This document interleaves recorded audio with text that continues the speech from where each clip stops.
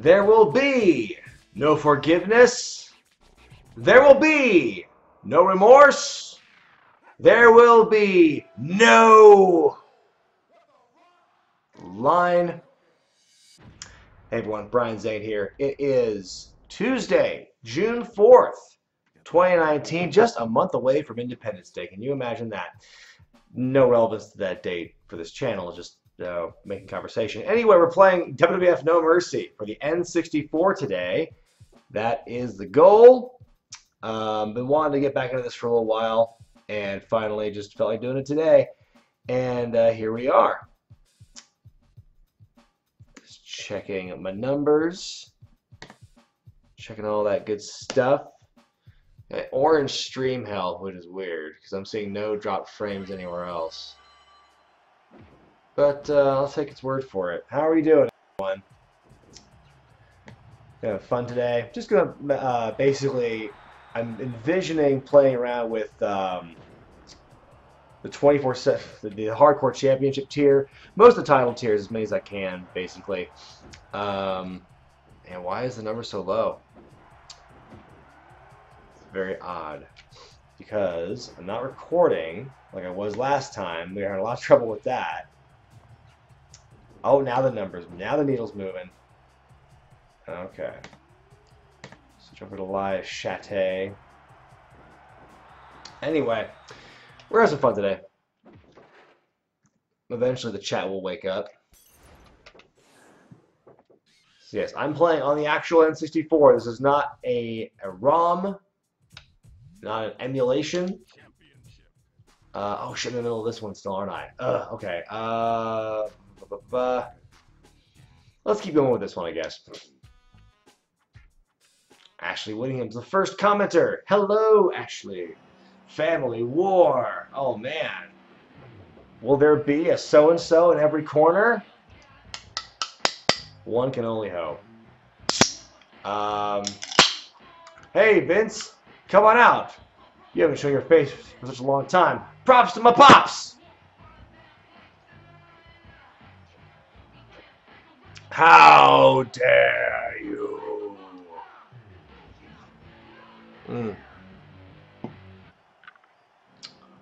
Here we go. There's the genetic jackhammer. Vince McMahon. Sing the No Mercy song. I might pull that song out as we do this one. Thanks all for watching. I'm sick of your meddling. If you had interfered, we would have won. Your generation has ended. Our generation begins. Oh, how little we knew. Brief scuffle, but it was stopped by the referees. Afterwards, Michael has a short interview with Vince about the incident. Look at that hair. Diggity dog. Shane sweating constantly during the promo. Yeah, Shane's a very sweaty man. It's very strange. I'm calling Shane out. You're caught. Shane? I mean, you literally just had a fight. That's right. Shane, I'm calling out tonight. How does Shane feel about this? I don't remember it being so tedious. Pay dash back. that's really weird. Will I take on Vince? The answer is no. Oh, what a heel. Yeah, so if you guys... What are Rock's views on the situation? I wipe a monkey's ass with what The Rock thinks about the situation. Michael, shut your mouth. It's so funny because when you play anyone else but The Rock, you just get, random person. Perry Saturn is not done. Get Saturn talking in the third person like The Rock. Just bring it. Oh my God. Another promo! Get me to the fucking match! Or at least change the background. I'll crush him with an insect. If he wants a real challenge, not me taking him on with Big Show by my side. Me and Big Show against Rock. Another, okay, at least it's another promo. It can't happen like that. Rock doesn't need a partner and doesn't want a partner. I want some action tonight too, you know, pal. I need a partner. I'm your partner, okay? Just know your rule and stay out of my way. Just how does something like this get started? James Berry with 199 Super Chat. Always excited to see a new video. Thank you. Yeah, so if you did not catch it, the video that came out today was another installment of Do It With The Content, in which Levi Shapiro fought Alley Cat for the YouTube Championship in an empty arena match. And I did commentary for it, and it was a very entertaining match in my estimation. And we'll have to just go back and see, you know, what happened. Yeah, that was cool to see that happening. And then, here we go. I'm trying to remember. I must have just like taken Stevie Richards and just like put this look over him to make him look at the Big Show. Try and make it make sense. Hey, Felix has joined the chat, y'all. Have I played Fortnite? No, I never played Fortnite. I have to win. Oh, somebody asked me on the Bully Ray situation. I was just thinking about that before I went live with this. You know, there's lots of conflicting statements about what happened. For those who don't know, basically this fan went on Twitter the other day, a recurring fan, and he got into it with Allure, which is Velvet Sky and Mandy Leon and some other female ladies. Female ladies, that's what they call them. Anyway, this altercation at ringside where basically it sounds like heel was doing heelish things to fan and fan was getting it back. Then that fan was taken to the back. This is a Ring of Honor show, and was confronted by Bully Ray. And depending on who you talk to, either basically if you take, I love it, it's Big Show, but it's like still the Stevie Richards move and interest, because you can't change those. Anyway, so either the fan was either being a huge dick and they sort him out backstage, or Bully Ray, intimidated the guy. It's just so it's a lot of he said, she said. The biggest thing is that Bully Ray had admitted to the fact the fan was taken back and he talked to him, which is the wrong thing to do. If the fan is really being an asshole and making things hard for other fans, assuming he wasn't just, giving a little bit back to the heels, if that's what the fan's doing, you know what you do? You eject the fan. You don't take him to the back and give him a talking to, because that can be totally misconstrued. It can open yourself up to litigation. Even if Bully Ray had the most pure intentions in the world, and if you believe what he says and that he wasn't trying to be intimidating, or he was just trying to be as nice as could be, he's still Bully Ray, and he still has a very intimidating presence. If I met him for the first time, even if it were under nice circumstances, I would still be incredibly intimidated by Bully Ray. So I think he's either selling himself short or he's lying, as far as I didn't mean to be intimidating at all, because he's just naturally so. So yeah, even if the fan was being a huge prick and deserved to be ejected, he should have been ejected, and it shouldn't be taken into the hands of the boys. That's not their job. That's not their job to police the fans. That's the promotion, and that's my thoughts on it. Basically, neither side was right in this. I do think it's a little ironic that Bully Ray, of all people, would be lecturing fans about etiquette and respect when he is, some of his most famous moments were in ECW, where he was inciting near riots with his promos. I don't think the Bully Ray of that era would look kindly upon what the Bully Ray of this era is doing, let's just say. Yeah. Felix says, as someone with first-hand knowledge of Bully backstage, he's intimidating. Exactly. So even if he's friendly to you, I'd be intimidated by this guy.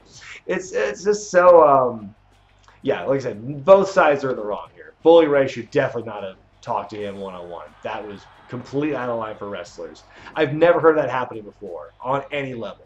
So, look at Big Show have to bow up to Vince, like he tackles it, he runs into him, and Vince doesn't bump. Gotta love that realism here in WWF No Mercy. It wasn't acceptable in the 90s? I don't even remember hearing about that in the 90s. Even John Stossel, when he got slapped in the face, like he had media credentials and he was given a chance to go to the back and like interview guys. He was like invited there as a media person. This a Josh fan, whatever his name is just it's so out of line for them to do that. Thoughts on Callahan spitting on Cornette? I did not know that Callahan spat on Cornette. I don't know. I got nothing to say about that. I have no idea of the context. Thoughts on New Japan, AEW, and WWE doing shows on the same day. Yeah. So wild that NXT UK Cardiff in Wales is happening on the same day as All Out. And it's also happening around the same time as Royal Quest, which is New Japan's show. And it's their, like Felix said in the TakeOver review, it's their TakeOver UK, essentially. That to me is so funny because I heard the rumor on Twitter that apparently they had a spy in the box office there, and they thought that they saw an opening to make money, and so they said, "Oh, we'll run at the same time as as All Out or as Royal Quest, and we'll clean up, pal." And then it turns out that they got their ticket numbers wrong. So basically now they have to compete with a show that's much more popular than they thought. And there's a rugby game going on. And All Out's happening. Like, how often do you see a situation like this where in a three-way battle for attention between WWE, AEW, and New Japan, that WWE is kind of the one looking bad here? I guess it's because they were the last ones to book the date. That I think is the biggest reason. But it's like, how would you do that if you're WWE? Why would you even if you knew you had it in the bag, why would you want to run that day other than to be a prick? The Jim Cornette Sonny Kiss situation. I have not listened to the audio that Cornette got in trouble over, so I don't know what specifically he said, and I don't want to comment on that. Hearing people call Cornette homophobic, I think is a little. I don't know if that's true. I wouldn't call Cornette a homophobe because he's a very progressive guy, and if you listen to his podcast, you know that's true. So it's like, I don't think you can be, as liberal as he is in so many ways and also be homophobic. So that's my take on that. I'm not saying he's not, but it's like, I think there's evidence and there's testimony from other people who know him far better than I do who would say he's not homophobic. And I think it's kind of similar to what happened when Meltzer got a lot of flack last year for talking about Peyton Royce, and like people misconstrued him as saying she was not attractive or she got fat or something, and people raked him over the coals for that. But I think a lot of that was an issue of context and also people just maybe misunderstanding or misinterpreting what he was trying to say. It sounds like something very similar with Cornette. And again, not having heard the audio, I can't speak on that definitively. That's my estimate, that's my guess. Yeah, he said the word transvestite. Yeah, he's probably like using the incorrect verbiage. But you can, I don't know. I think you can be ignorant, but not hateful. If that makes any sense. Like if he said the wrong thing, we'll have to hear him. We'll have to hear his explanation basically this week on the experience, I guess.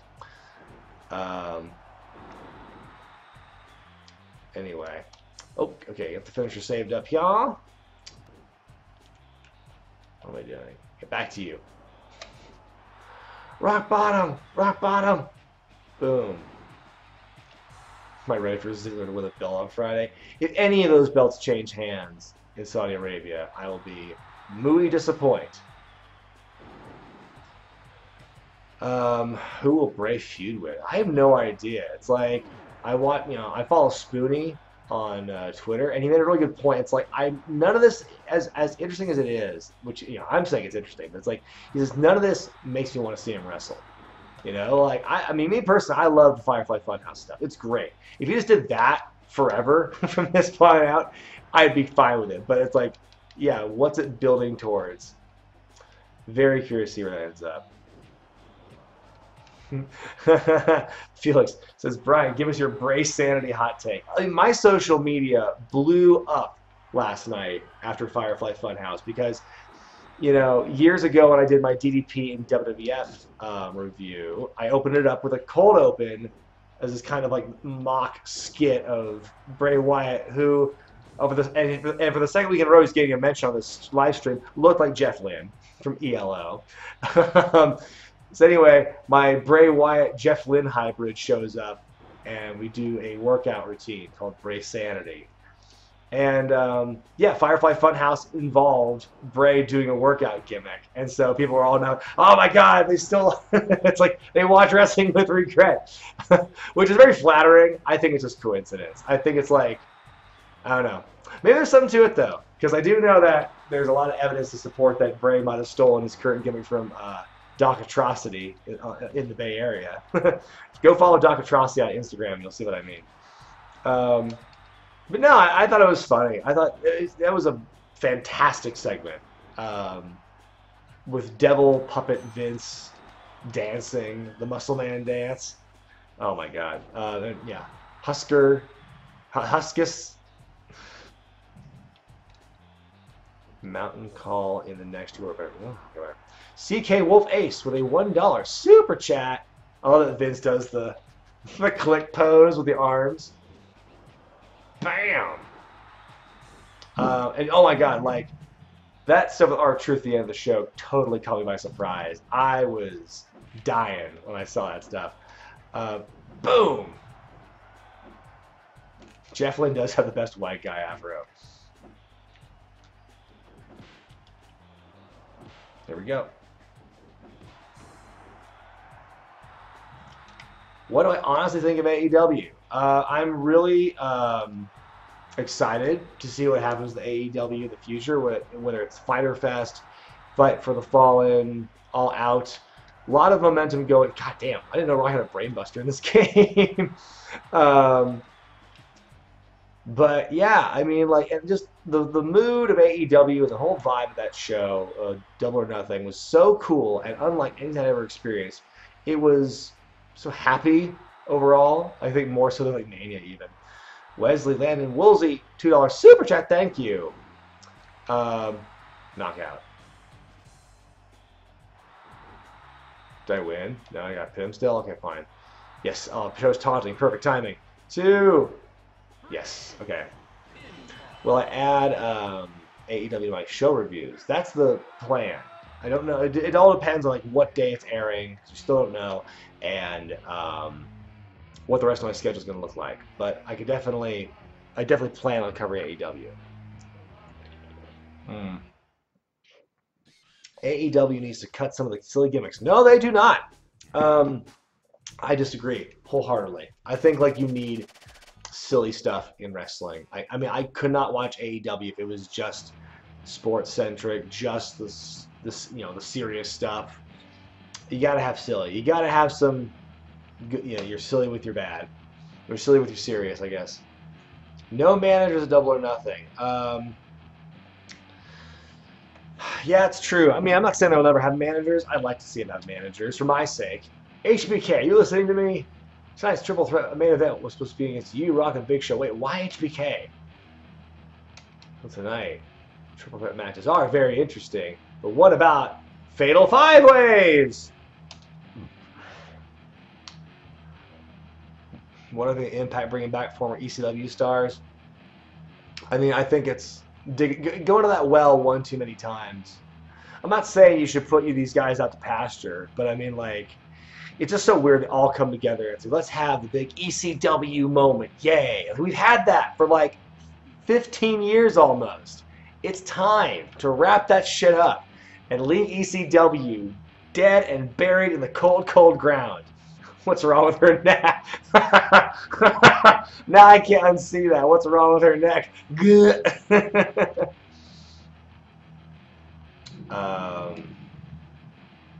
Fatal 4 elimination match. Oh, that's right, because HBK is the champion. That's why. Bonitis to me. How do you unlock Linda McMahon? I forget. I think you have to buy her in the SmackDown Mall, or I think you need to finish story, but I don't know. Best Dean Malenko match on the network? Probably some with Eddie Guerrero in ECW. I can't tell you what show it was, but I know that those two had some great matches in ECW, so worth checking out. I can't recall, like, off the top of my head, what, like, Dean versus Rey Mysterio had some great stuff in WCW.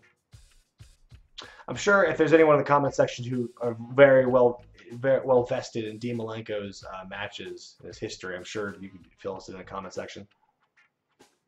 The Kurt Angle neck. Ugh.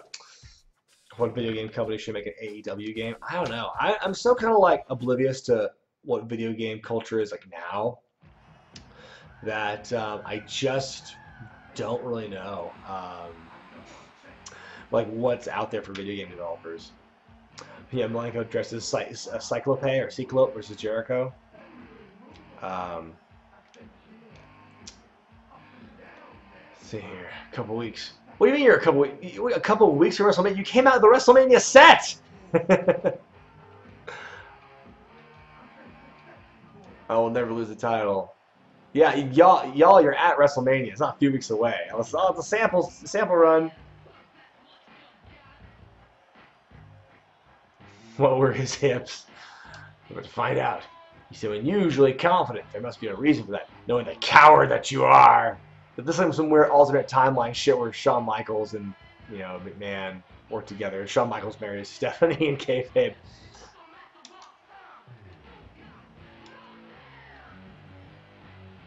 No disqualification. No count out. Ooh, AEW DLC for Fire Pro. That'd be pretty dope to try and get involved that way. Since Fire Pro is now kind of a New Japan vehicle and they're kind of working together. And that is a pin. A pin in a ring. So what is this then? Okay, so this is the 4-way. A few weeks away, happening right now. Story will progress whether you win or lose. Okay.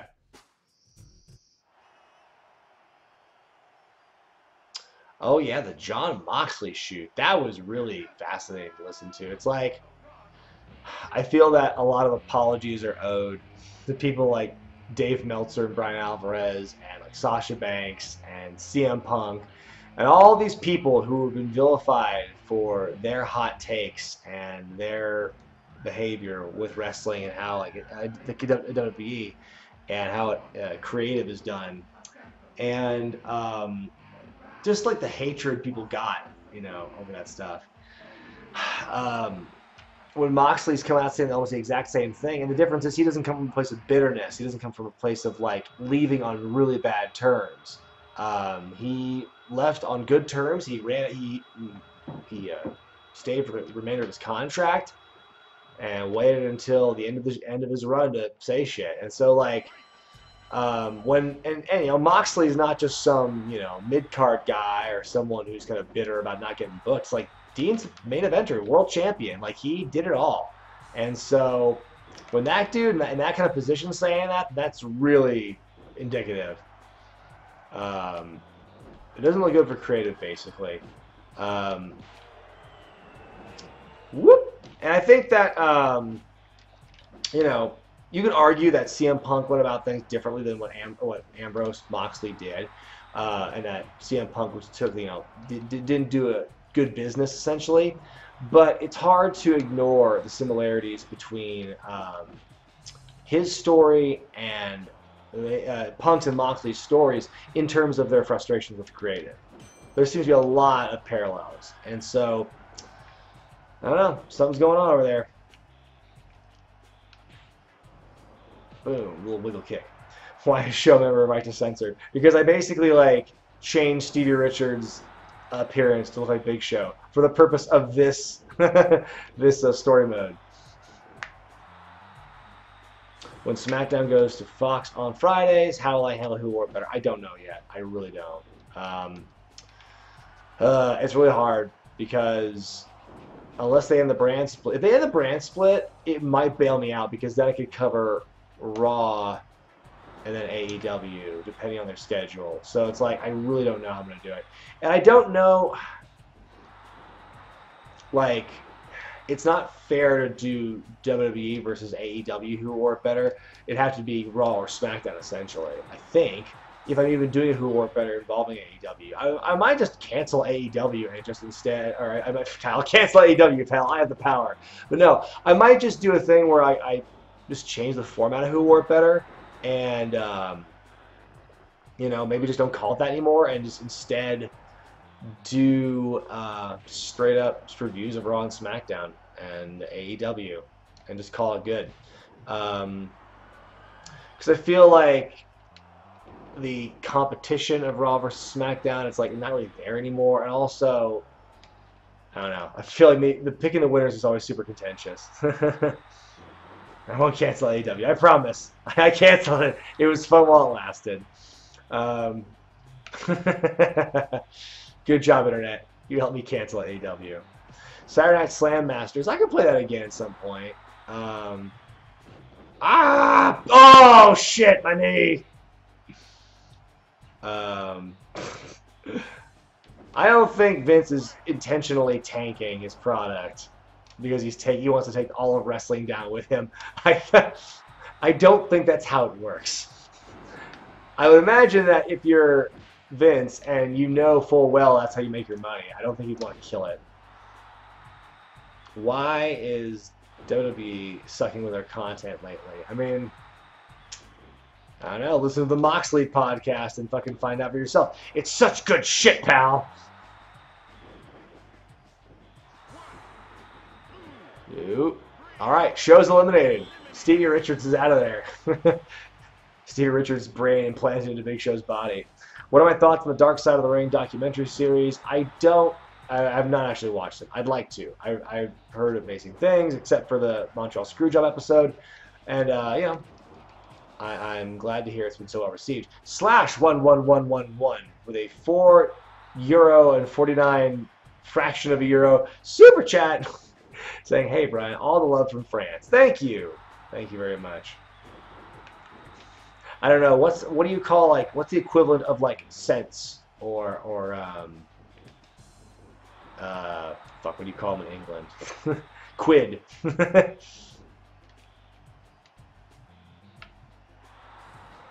Could I win the up up down down championship? No, I'm not on their level. The only time I play video games is for this live stream, and it's all like 20-year-old games. So no, I mean we're just beating the fuck out of Foley right now. They're called cents in Europe. Okay, good to know. Fractions of euros. Come on. Oh, you sneaky devil. Oh. Anyway, pence, thank you. Not quid. Virgil returning to challenge the 24/7 title. I hope so. We need cameos from, like, wacky characters, you know? Oh, the devastating headlock.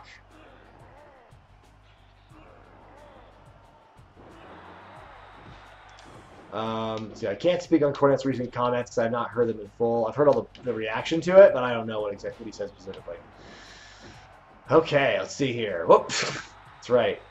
They're not truly gone in elimination mode. They just, like, fucking troll you. I played Attitude not too long ago, Brian Connolly. I played that one of the last streams I did, and it sucked. I didn't want to do it anymore. I don't want to do Warzone for that reason. Come on. Oh. Quite buried AEW. He buries everything. He's like my dad. He hates everything, you know, that was made after 1984. Okay.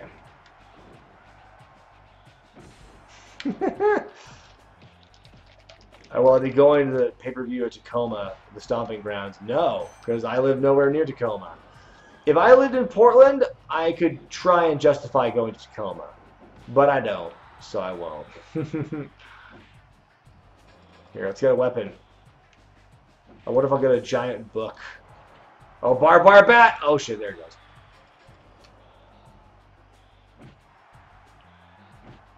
And actually never got rockin' shot. Oh, that was good clipping. Oh, I tripped. Oh, my ankle hurts so bad. Yeah, fine. No barbed wire bat. Fuck you then, Sean. Will I go all out? Probably not. That's not really in my plan right now. Between New York for Mania and Vegas for Double or Nothing, I'm kind of tapped out on like big wrestle trips for the time being. Financially and energy-wise.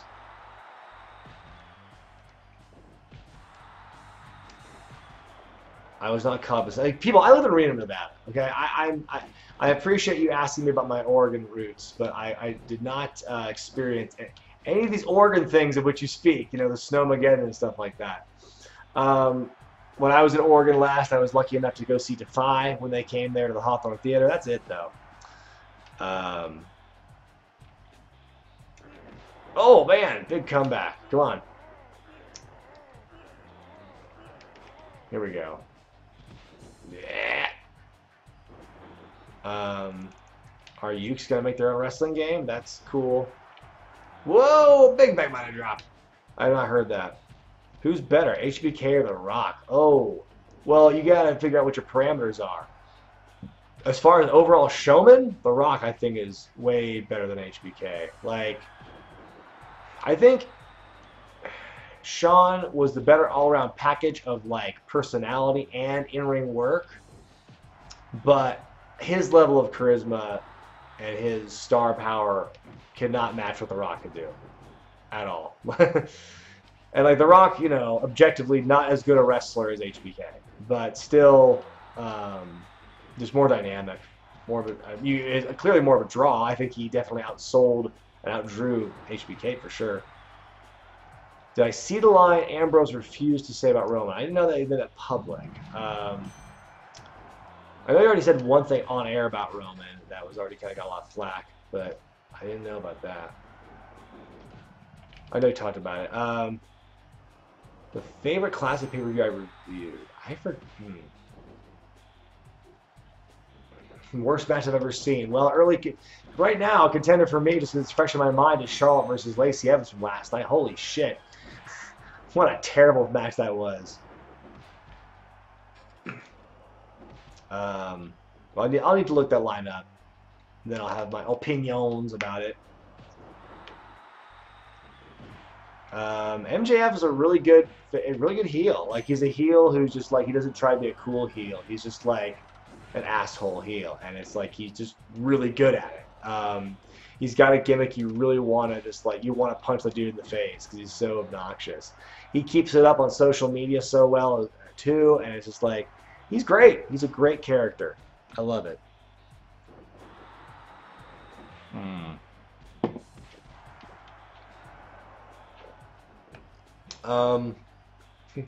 This stream is not for a charity, but Fridays will. I finally decided what I'm going to do in place of Super Showdown coverage, and I decided I'm going to do a live stream viewing party of Pro Wrestling Eve's Wrestle Queendom 1, which is out in its entirety for free on the tube. And so my plan is I will watch it and I'll give live reactions to it, and you know, do chatting on the chat like I do. And any super chat donations will go to a charity that I've yet to actually determine off the top of my head. But you'll find out soon enough. I'll start publicizing it. And so that's what I'm going to be doing. At 11 a.m. Pacific, the start time of Super Showdown, we will have our live stream for Wrestle Queendom 1. And you're all invited to go see it. You can watch along with me. Ah. God, this match it's like pretty epic for the length it's been going.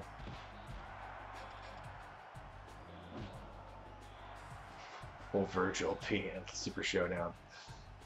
How long is my list of classic pay-per-view requests? Fairly long. I mean, like, at the rate I'm going, I don't think I'm going to run out for a very long time. And I still have more I need to add to my list from nominations I've yet to actually write down on my list. Ah, shit.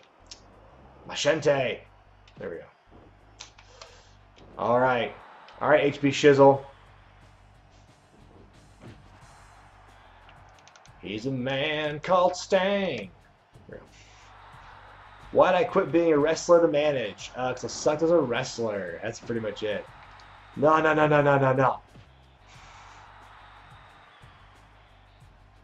Here we go.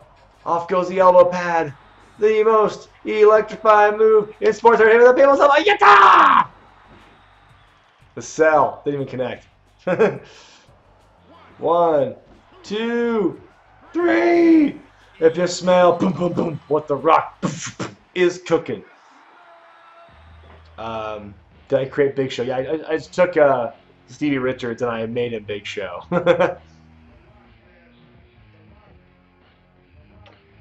Do I have any chalk-line jackets? No, but I swear to God, when I was in Vegas 2 weeks ago, I had to walk by a vendor that had a bunch of chalk-line jackets for sale. Every time I walked in and out of that merch room, walked by a ton of chalk lines. I wanted one so bad. The WCW one, the purple WCW one, is like, wow, I want that one really badly. That and like my dream one is like the Gold Dust one. That is so amazing.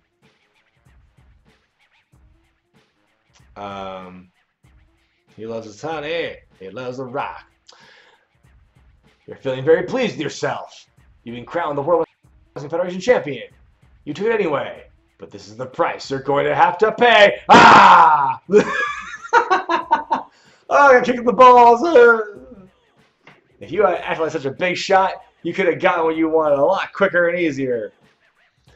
But I'll take that title away from you. Mark my words.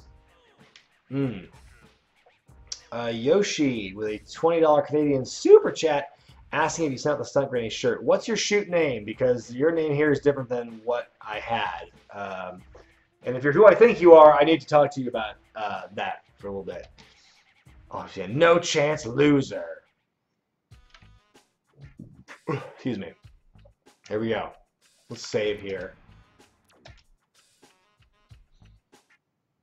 Okay, Christopher, I'll get back to you about that one. I don't have any in your size, and the printing process is complicated, so I'll message you, and we'll talk turkey, dude. I won the main event at WrestleMania. I am World Wrestling Federation champion. And I did it. I did it all by my sweet little self. Woo! That guy is Vince. You know, eBay, I still see it. There's a couple of AWF banners, like from the actual tapings that were on sale for like $100 each. I want them so bad, but I don't know where to put them. Like, there's no room in my office for it now, and so it's like, kind of want it, but I don't know where to put it. Maybe, ooh, if I get the dimensions right, maybe I can hang it on the ceiling. I don't know. That's the neck. This neck looks more realistic, more reasonable than the Linda McMahon neck, though.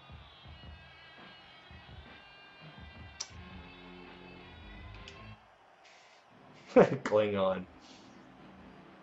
Sing the No Mercy song. I love this game, and I want to play it more. The best thing I bought from an EB store. I love this game, and I want to play it more.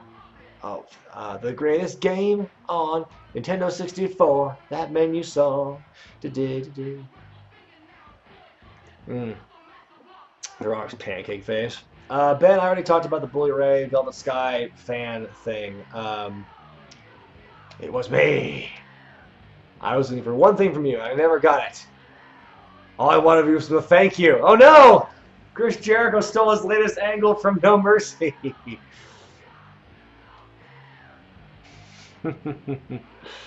Oh my God. Just say thank you. I said I wanted to thank you. That's why I chose WrestleMania. That's why I chose the pinnacle of what we do for a living, to humiliate you and show you exactly who you are. Will I review AEW? Yes, the plan is to review AEW TV. And I don't know how it's going to affect who wore it better. Once I find out what day it's airing, then I'll figure it out.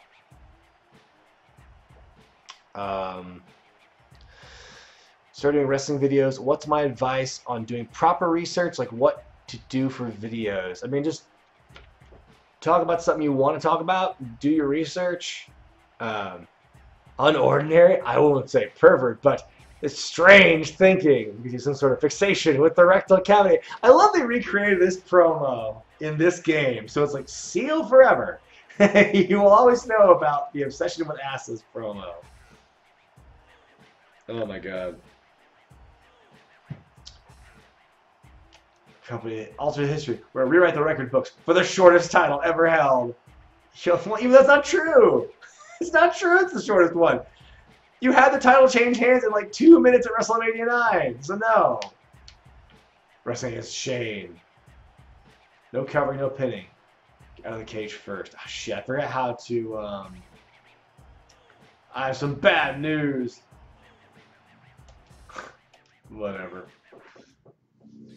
Can women wrestlers have male taunts and no mercy? They should. I know that male wrestlers can have lady taunts.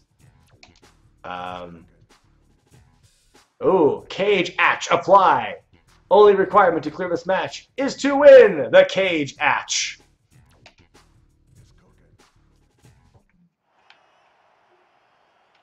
All right, for the championship in the giant ass cage. The tallest cage. It's taller than Hell in a Cell is today.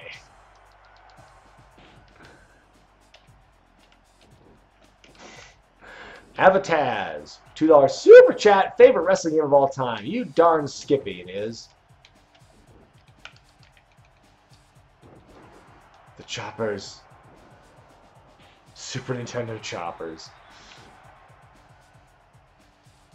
Come on. Oh, wiggle the feet. Block that suplex. Bing. Come get some. Bam. Oh no, he countered it. Man, Shane's good. Jesus. I know this match happened, but yeah, just like the rectal cavity promo was so funny. Like, they kept it. They recreated it in this game. It's amazing. Oh, Jesus, come on. Why is Shane so good? People already asked me about Dark Side of the Ring. I haven't seen it. I want to see it. I hear it's good. That's all I can say about it. Jesus. Shane does float like a butterfly and sting like a bee. He is the best in the world. My God, this game called it years ago. Thoughts on Leo Rush going broke? It sucks, but I mean, it's very... You know, it's like he spoke out and he did a bad thing, so he must be punished. Of course, I'm being sarcastic. It sucks that that's kind of how it is. Like, he broke the code. Did I ever take a trip to Old Town Road? No, but if I did, I would ride my horse until I couldn't anymore. I'm surprised that like WWE's not found some way to try and incorporate that song into their programming. Well, should I get the song in my head? Thanks, dude. Gonna take my horse to the Old Town Road. I'm gonna ride till I can't no more. I gotta turn. Oh, now I have to come up with a parody for that song. Thank you, guys. You planted the seeds. And now my dog's pissed about it. Just don't try and do a parody of Old Town Road. I'm a dog and know nothing about modern music, and even I know it's a bad idea.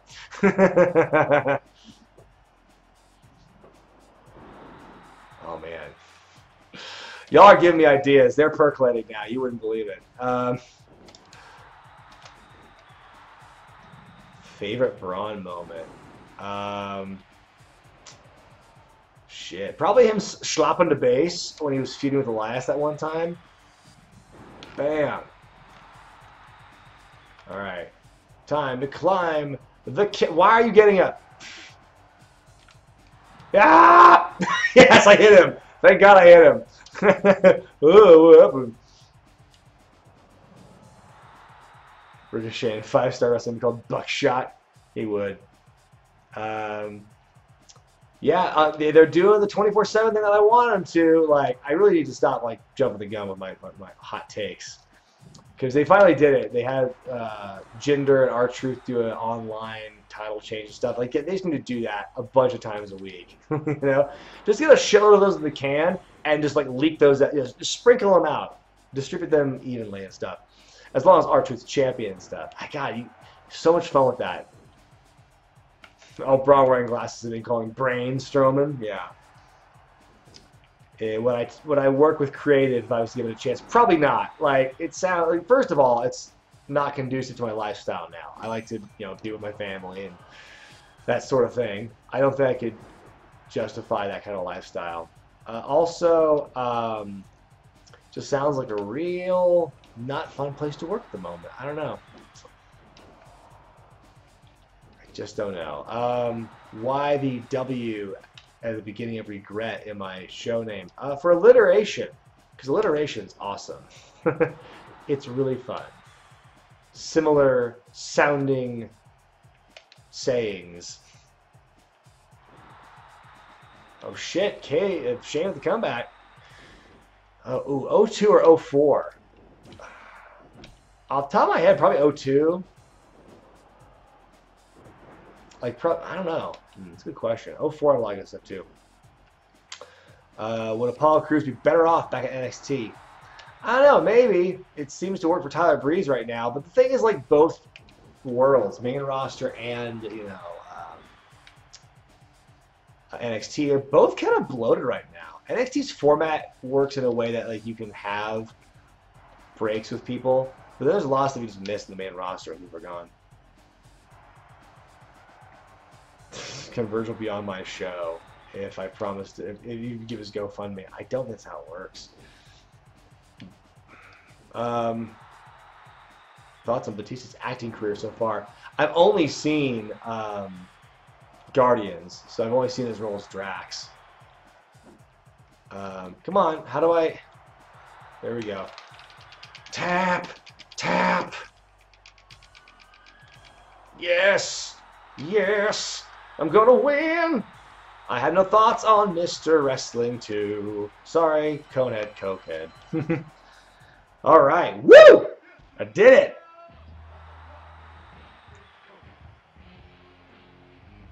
Do I think Hannibal will get a shot with AEW? I don't know. I mean, maybe in production. I haven't seen enough of his matches to really know how he is. He's a cool guy. He's been cool to me, but I don't know. Don't know the answer to that question. I have not seen Avengers Endgame. I want to watch it though, so we'll see. Okay. Yeah. All right.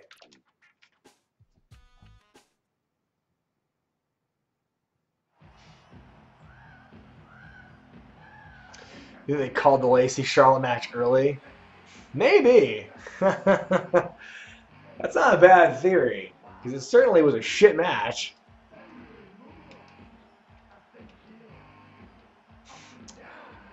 A for effort are the people making this game, but the look they try to go for with Shawn Michaels' entrance attire is not on point. You and me rock the championship title. It'll be just me and you. Yeah, why not Levi Shapiro to AEW? The newly crowned two-time YouTube champion. Oh shit, I just spoiled my video. Well, actually, I spoiled it over the weekend on Twitter and on Instagram. Oh man, Iron Man match. And then, yeah, and then not only that, Levi's challenging for the APW Internet title on June 15th. And so that's going to be a big one, too. That show's going to be big because you're going to have Timothy Thatcher versus Sean Spears, a.k.a. Ty Dillinger, or FKA, I guess. You're going to have Fatu and the Reno Scum, Jake Atlas. It's going to be a big old thing. And Levi and I are going to be there as well. So you should check that out if you're in the Bay Area. Why does Levi Shapiro wrestle women? Because the YouTube Championship is an intergender championship. Men and women can fight for it. And so Levi had to do what he had to do. Some guy in the comments section asked today, like, oh, so you're going to boycott Saudi Arabia, but you don't have a problem with beating women? Like, if you think what's going on in Saudi Arabia is anything in the same universe as intergender wrestling, then you can follow through on your threat to unsubscribe and whatever the fuck. And you can, you know, pull your non-existent money from Patreon.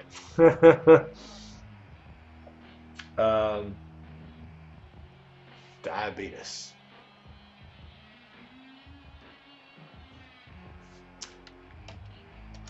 The Rock can do 100 times better. As the title tonight, Jabroni. Bring it now. Bring it now. That's not what you say. What kind of English is that? Excuse me.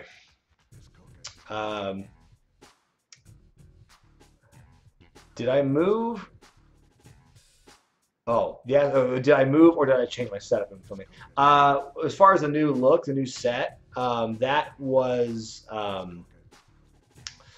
See here, that was. There's a new shed that's built in the backyard of my house, and that is my new studio and office space. So that's where I shoot now. To my favorite anime or manga. Want to be the strongest in the world, and Tiger Mask W are tied for me.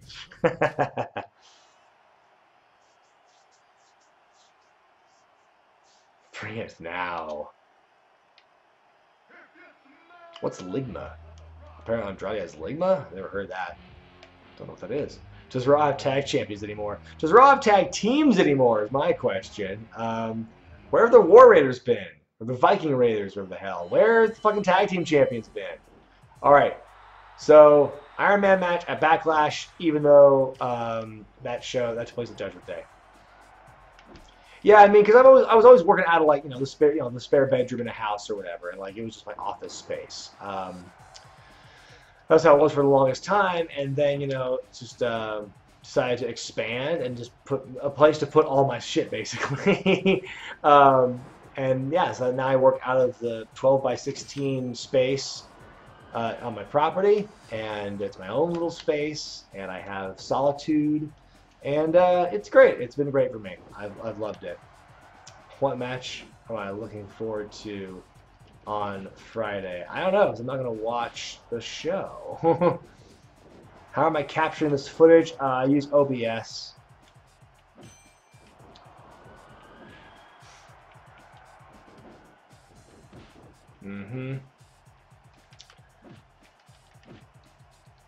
My favorite Avenger? I don't know. You might as well ask me who my favorite member of 98 Degrees is, because I'm about as knowledgeable as that. And for the record, it's Nick Lachey. The Shawn Michaels dance.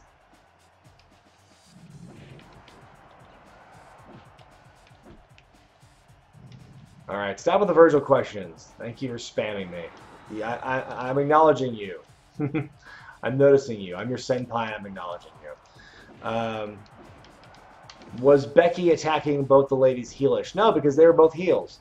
Like, it was, if we keep drawing the comparisons between Becky and Steve Austin, it was a very Austin thing to do. Austin gave no fucks and beat up everybody.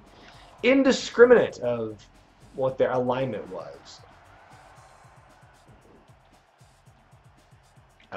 Great Kojika. Was he the wrestler who died yesterday? I don't know.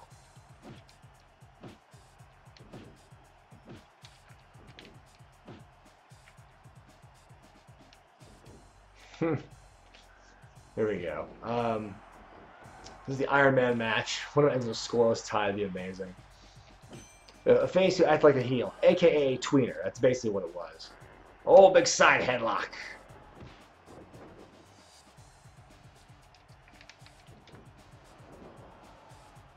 Boom.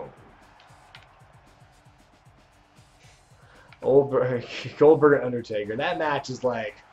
That match needs to be like a 2-move match, honestly. That's a match that shouldn't happen. Will I review NXT seasons 1 through 5? Eventually. I'll get to that for sure. Will I review the other UWF? The Japanese one or the Urban Wrestling Federation? Because there's like 2 of them. I don't know if I'll ever do that. Have I seen Batman and Robin? Yes, I did. And the first 20 minutes were hysterical. Then after a while, I'm like, it's not funny anymore. It's not fun to hate watch this fucking movie.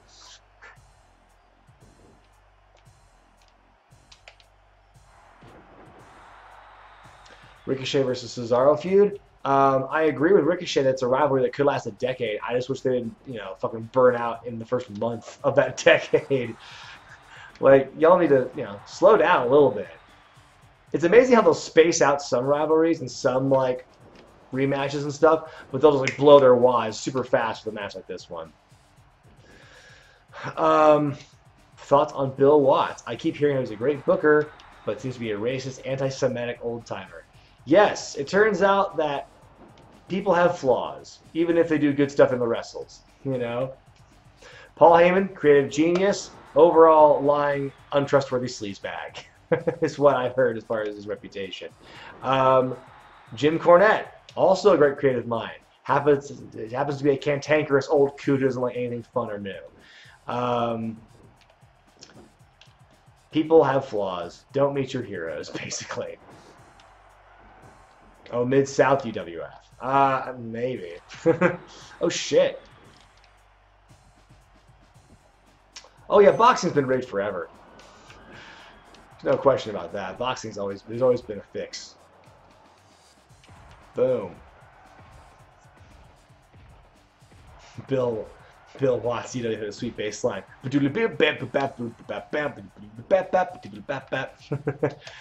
the old UWF was great. A wrestler was Bane in that movie. Yeah, I know. I didn't know about that until after the fact that the Ultimate Solution from WCW, Jeep Swenson, played Bane in Batman and Robin. Good for him. Good for him. I'm playing as The Rock, by the way. You can see because there's the number 1 in the next to the spirit meter. It represents I am player 1. Boom! 2 rock bottoms back to back, going for the first pinfall. 3. All right, Rock's at a point. Oh, thank you, Gaming Cube. Ole Anderson is the king of ordinary wrestling personalities. I've never heard a good thing said about Ole Anderson. 2C4 Global Gaming and Reviews with a £5 super chat. Thank you, 2C4 Global Gaming and Reviews. Yeah, the original name for Jeep Swenson's character was Final Solution in WCW. Oh no! That's like what Hitler called his plan. So no, let's not do that. Yeah, we're getting Rock HBK, the dream match. Probably one of the biggest dream matches of the whole Attitude Era. It just didn't happen. Crazy how that works out. Oh, shit. Oh, will ROH survive? You know, ROH is kind of in a good spot because it's got the backing of Sinclair, which is, you know, loaded. And so, like, I don't think ROH is in any trouble. If Impact's lasted as long as it has, then I don't think ROH is going anywhere. Josh Button with the $2 super chat. Back in my day, I had to fight Trips in that match. Yeah, because I forgot to make Triple H the champion in this simulation. Are you on a Roman Reigns credit card? Why? I'm sure there's a punchline somewhere.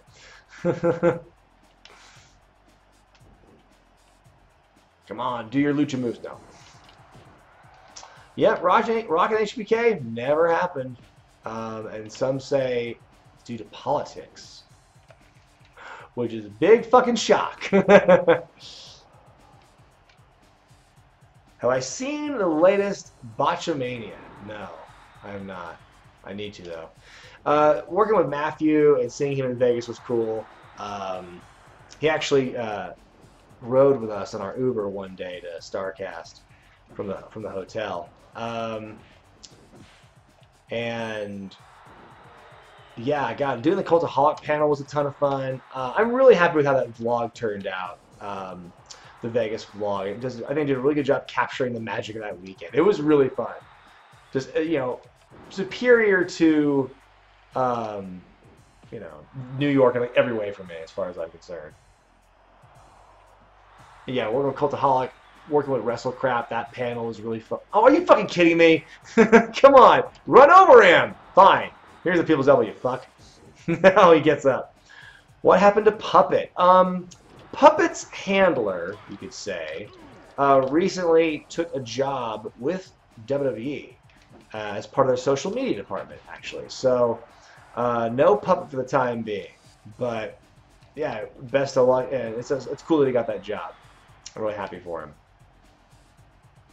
Uncle Elmer, he should go to the Hall of Fame, yeah. I was really excited to meet the OSW crew, and then Jay Hunter had to cancel the trip because his mom died, which was very sad to hear. That happened like maybe like a week before Vegas, and so yeah, that really sucks. I can't imagine what he's going through. You know, as someone who's dealing with a lot of health issues with my own parents right now, it's like it's very sobering to me to hear about that.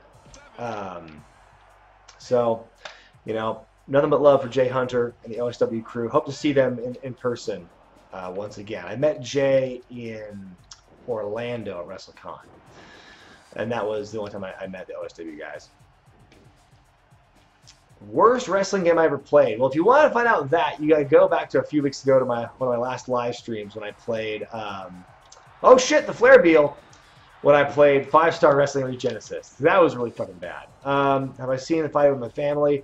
No, I've not yet. I wanted to when it was in theaters, never had the time to do it. And now that it's out on DVD and Blu-ray and digital, I would like to try and watch it and review it. Drake Mallard Maverick. Have I met Tessa Blanchard? I think so. That's... I don't think I have. Maybe? I don't know. Have I heard what Vince Russo said about AEW and WWE being at work? Yeah. Real layered, elaborate work they got going on because AEW is working with, you know, fucking Ring of Honor and New Japan. Oh, time's up. Sweet, I won. I forgot about the time limit. The worst Monday Night Raw I ever watched. Oh my god, I don't know. I forget. But anyway, yeah. Vince Russo saying that that's a work between them two is really fucking funny because like everything suggests that it's not. Like, yeah, let's have Dean Ambrose go to our new competition, talk major shit about our boss on a podcast, which is run by another guy who is working for the competition. And, oh yeah, that's just perfect work. No, I won because it was Iron Man. Tonight, there is a new World Wrestling Federation champion. It is Rock. Please give Rock a round of applause. Congratulations, Rock. And thank you for playing the game. Now the journey starts here. Now the journey starts here?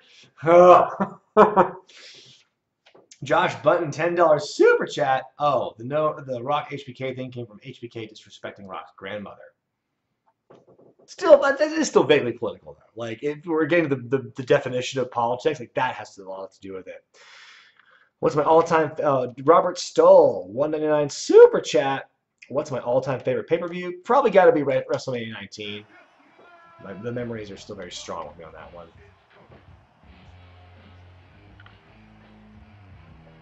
Oh, yeah, I hate the handicap matches in this game. So much. So you get 2 spiels. Congratulations, you are on your way to being the World Wrestling Federation champion. I am the World Wrestling Federation champion! But in order for you to become champion, you must endure all the difficulties that are placed before you. We have faith in your ability to succeed. Thanks for the vote of confidence, No Mercy. Jesus.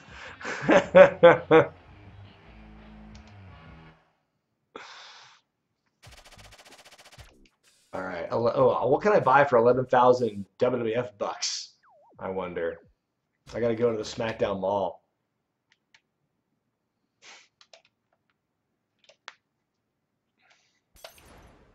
Okay, let's see what 11 grand can get me at SmackDown Mall real quick.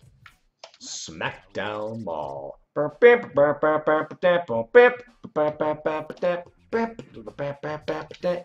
got all the how many? Okay, it gets me like a move basically. The Dragon Rana. Oh, what's this one? I think this one I remember being pretty dope. Bam! Look at that. Or Frankensteiner. Oh, the Russian neck drop. This one I remember being pretty devastating. Ultimate punching. What I think of the Undertaker promo last night? It was good. It was actually a really good Undertaker promo. Like it wasn't bad. Etc. The host 500,000. Fuck off with that. Oh, I gotta save up for the foam stuff. Do we have the book? Do we have the Rock's book? Yeah, we have the Rock's book. That's there. Okay.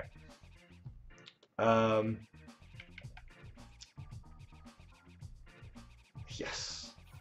I gotta play Field of Bang too. That's something I want to do as well. What costume pieces do I still need to buy? Oh, kanji, kung fu, torn shirt, thick vest, 2 layers. Oh my goodness, an $800 shirt for 80 grand. I love that. The row. Let's see what else we got. Okay, well. The Undertaker. I love the old. Oh yeah, that's what I should do. I should make an old Undertaker. Hang on, I'm gonna make an old Undertaker for my own personal benefit. Edit a superstar. What do we got here? Boom, and yeah, we're editing that one. Appearance. Ring attire. Commish. Dressed in your sweats. Or maybe put him in fishnets with the cat. Oh yeah, here's some nightmare fuel for you guys. The worst bump I ever took. I took a kind of a powerbomb neckbreaker combo. I was tossed in the air and dropped, and the way I bumped is like my ass hit first, followed by my upper back, my neck area, and that fucked my back up really bad. I was not a fan of that. So wait, where does the Undertaker costume live? There we go. I think. I don't know. No, that's not it. Is it? No. Original. Ooh, original tights. Forgot about the original tights. Whatever. I don't care that much. Okay. Now let's do championship mode for the hardcore title. I should have started shooting on the guy for the bad bump. Yeah, except it was the finish. Finish of the match. Hardcore. All right. It's too bad R-Truth is not in this game as well. I think he was just maybe 1 year away from the cutoff, basically. Fuck, I'll be Saturn. Okay. I think I need to lose this first match so I can do the divergent path.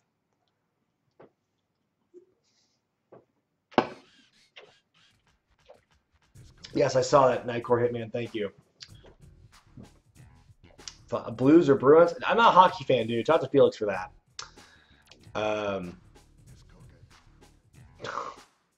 Jesus. That's pretty snug. So we'll progress whether you win or lose. Okay, I'm having Perry Saturn drop the Taka here.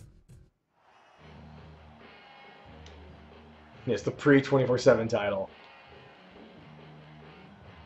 Was D'Lo underrated? Yes, absolutely he was. I was just talking to my editor Izzy last night about we have a mutual friend D'Lo because he worked with both of us in WCWC. And I'm just gonna put the controller down, let Taka beat me because I want to lose this one and go to that path. But excuse me. But no, D'Lo's great. God, he's so cool, and like, you know, just talking to him. If you share a locker room, fucking do something, Taka. Come on. He will just like, apropos of nothing, just like give you knowledge. He'll just like tell you, share with you wrestling knowledge in conversation and just like as things are going on. He's so knowledgeable. He's so smart. Such a good teacher.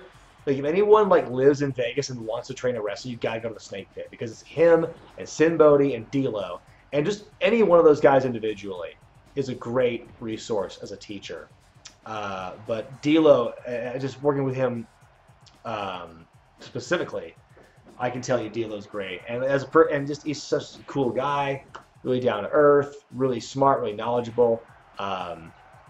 So yeah, like D'Lo's great. And then like as far as was he underrated, absolutely. Like I think his downfall in WWF, for example, I think it had less to do with him injuring draws and more to do with the fact that Vince Russo left, and that was kind of his guy. Like he had like a protector in Vince Russo, and also the influx of talent that came around in 2000, the Radicals, like really like that took up a lot of mid card space, and there was like D'Lo was one of the victims of that.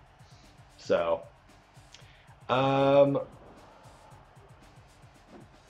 see here, AEW does have a chance of starting another pro wrestling rivalry with WWE. Sure they do. Like they'll, it's like I'm sure. They've already made AEW nervous, or they've already made WWE nervous, and that's very apparent in just the way they've conducted themselves in this whole thing. Is Brock Lesnar ruining WWE? I know Moxley has said that. How can there be a rope break in a hardcore match? Mumble grumble. I just want to lose. Beat Mitaka. Michinoku driver. 1, 2. There we go. Just want to lose that one. Oh, I want Orange Cassidy signed to WWE. Oh man, I think the internet would explode if Orange Cassidy got signed. It's never gonna happen though. Like, you think Joey Ryan is the antithesis of everything, like indie wrestling? Orange Cassidy is miles ahead of Joey Ryan in that. Did I ever collect all the unlockables in this game? Yes. You know, when I first owned the game, I was very, you know, diligent and trying to get everything. So I at one point had unlocked everything, but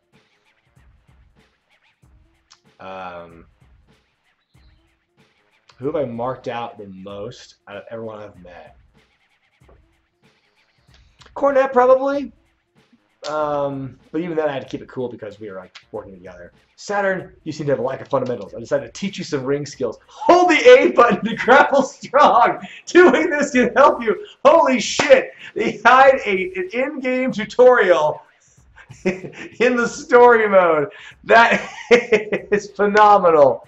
Try to do this in the next match. Let's hit the ring. Oh. And you have to use a strong grapple more than 10 times to win. 10 times? Jesus.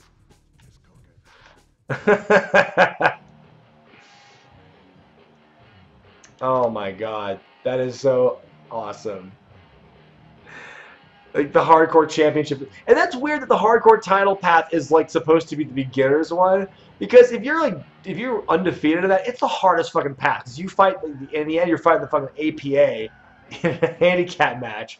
It's fucking impossible.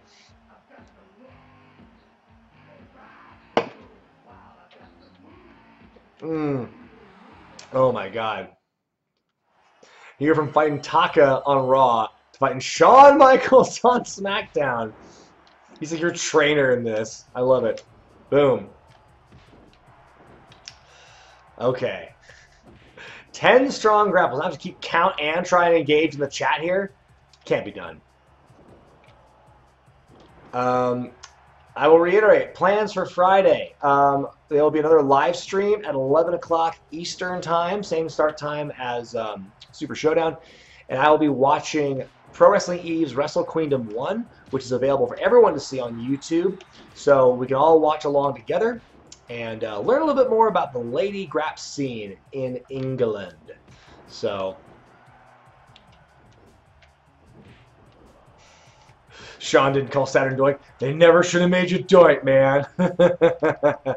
All right, strong grapple number 1.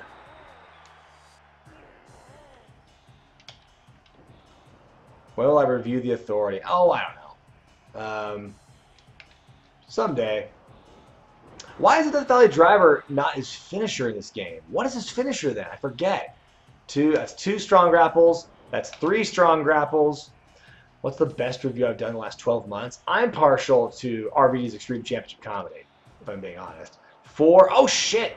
Oh, man, I should play Saturn more often. These moves are fucking dope. Thoughts on the whole Bully Ray fan thing. I mentioned near the top of this stream that both sides are in the wrong, basically, because if the fan was being a dick, like beyond the pale of like what it is to be a fan interacting with wrestlers, because I think you can you can go along with it and like, you know, razz the heels a bit, because that's kind of their job is to take it, and you're supposed to kind of like let them know you don't like them.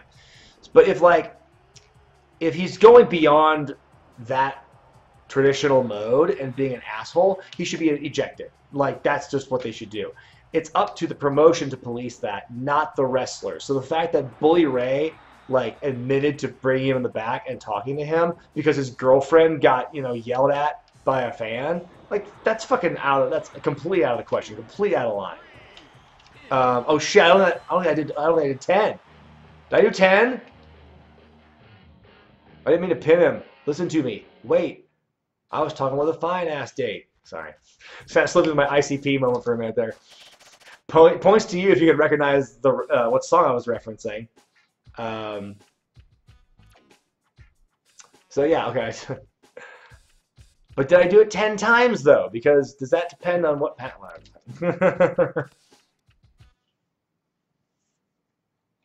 I did 4. I feel like I did more than that. I did 9. I did 9. Now do you understand how important grappling is? Let me show you in a match. Your technique is improved, and your heart is strong. Is this story mode for fucking Fire Pro World? Wow, I hit the ring and showed these people what we're all about.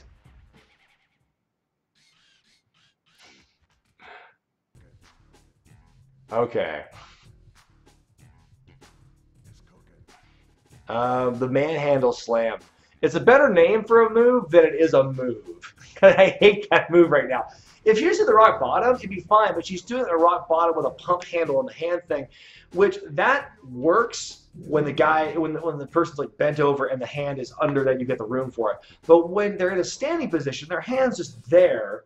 It's in this unnatural spot for Becky to grab it and do the move. Like, that's an unnecessary tweak to it. I don't like that move. I think it's kind of cool they're giving her a new finish that's like fast and impactful, like different than the disarm her, to give her that variety. But I would just give her rock bottom if I was going to do that, honestly. Bully Ray bullied a fan, basically. He had a fan come to the back and, you know, whether he intended to or not, intimidated the fan into shutting his mouth. So that's what happened, essentially. I've talked about Pro Jared here on this stream before. I don't know much about him. I'm pretty ignorant to YouTube culture as a whole. You know, it sucks. I think the only reason we know about what Pro Jared did is because everyone involved is a YouTuber. And there's all these different like stories, like the third woman had her side of it a couple weeks ago, and that was kind of a mess. You know, it sucks, but like I said, surprise, you know, people are not perfect and people have flaws. So it's really none of our business. I will say the infidelity is none of our business, but and it's really, that should be like a personal matter taken care of. The real thing that sucks is he allegedly also solicited nudes from a minor. And that's really skeezy. That part, when it's a crime, that is when it's really fucked up. But yeah, the affair thing sucks, but that's really none of our business.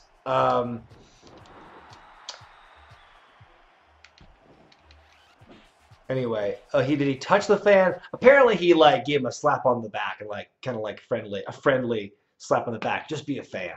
But it's like, no, the fact that like the fan was taken back there to be personally fucking accosted by a wrestler is so fucking inappropriate. Like, so bad. So even if they were justified in telling the fan to shut up, they shouldn't have done it that way. They should have just thrown him out. Throw him out. That's what you do any other time. I've never heard of a fan being brought to the back to be fucking talked down to by a wrestler before. That's so. I don't want to say offensive, but it offends me that Bully Ray did that. Like, what an asshole. Marching Marmaris. I'm literally talking about it right now. Yeah, it's like, that's why it's like when you see falls from grace like that in relation to Pro Jared, it's like, don't crow about that too much. Don't gloat about that, because like you never. It's like, it could happen to anybody, basically. Knockout. Boom. Pin him. He's dead. Yeah, WWE would have thrown him out. I think most people would have thrown him out. AEW would have thrown the guy out, for example. Has anyone stepped on my gravy? Is that code?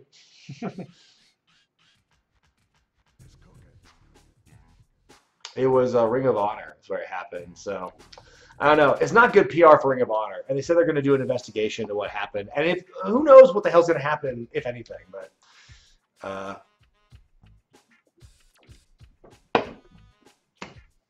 the greatest irony is Bully Ray sticking up for his girlfriend when it's like 20 years ago he was inciting near riots and shit for his promos. Did I have to get mean? Where's the riot squad? That's a good question. There's a lot of like, where are these people that we just don't fucking see on television right now? Like, what are they doing? I think Ruby Riott had surgery. She had shoulder surgery, so that's why she's off TV. But it's like they split up the Riot Squad. They did nothing with the other two. Josh Woodrum with a $5 super chat. What the fuck? If you woke up tomorrow... Hang on, I gotta scroll back up to read this. This is fucking weird. If you woke up tomorrow a sausage, would you prefer to be the top half sausage or the bottom half sausage? I don't know if that's a reference to something, Josh. I don't know what the hell you're talking about, but if I had to say something, I guess I'd be the top half of the sausage. I don't know. I don't know what that's going to implicate me in, but I don't fucking know. You put the super chat in, so I had to answer it. Where's Mike Knox? Well, is it 10:15? It's half past 10, actually, so we've already missed the Mike Knox window.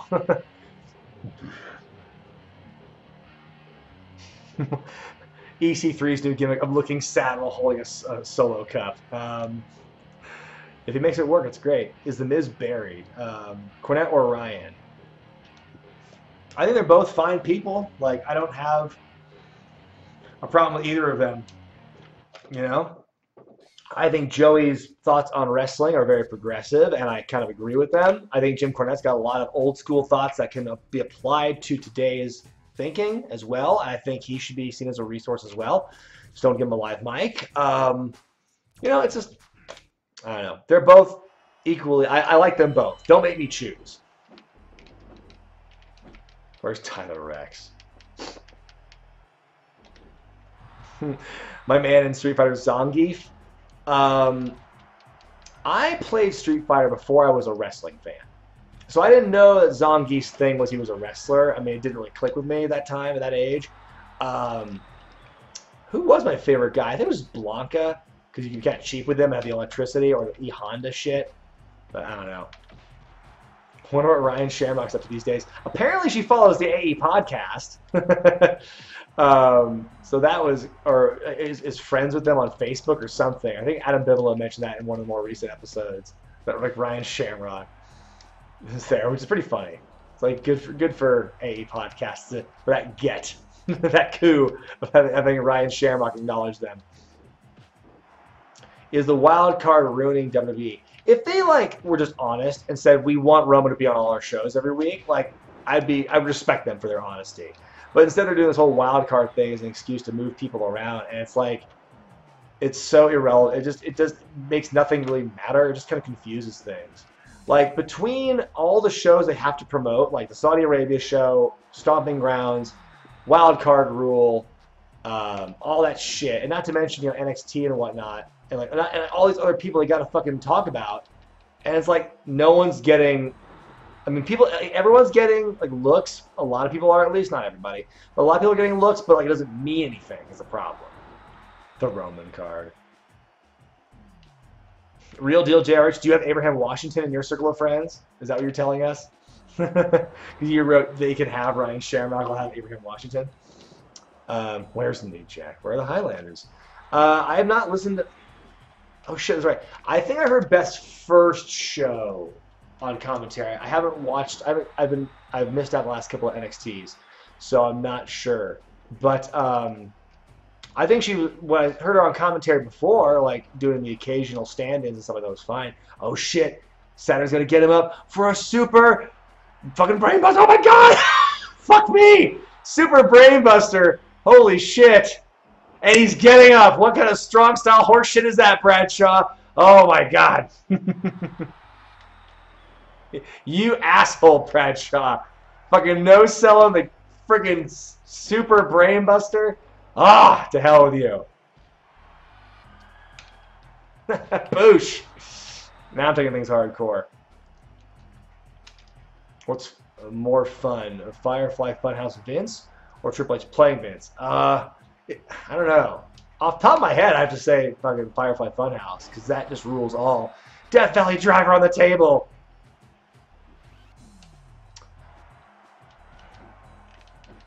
There should be a third brand and a women's brand. Holy fuck. Like, I know they have a lot of talent, but that's just kind of ridiculous. Like, I think it had to be one or the other. I think you'd have to have women's brand or a third brand. With emphasis on women. Basically. Yeah, I think you have enough women to have a women's show. Mega Jetty 1 with a $2 super chat. Have I watched Karate Kid or Cobra Kai? This is gonna sound really fucking stupid, but I've never watched Karate Kid, but I loved the first season of Cobra Kai, and I really want to watch the second season soon. I think that show, it's like you only need a basic knowledge of the Karate Kid lore to really understand and appreciate Cobra Kai. It's a really relatable story, and it's like the tropes have been there for fucking ever, so it's like you know what the story is. Kofi's the new Jinder Mahal. I don't know about that. They certainly built up Kofi a lot better before the title than they did Jinder. So Saturn wins. He's the new champion. Brian St. Brand. Where's the Stone Cold stuff? He's around.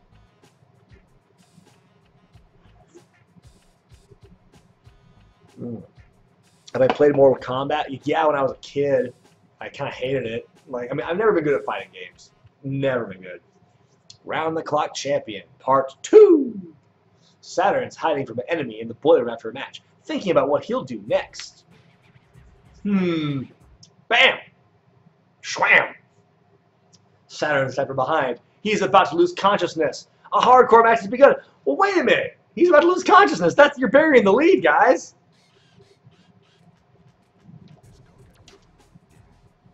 Perry said, now this is a hardcore title match from the year 2000. Chase Gray with a $5 super chat.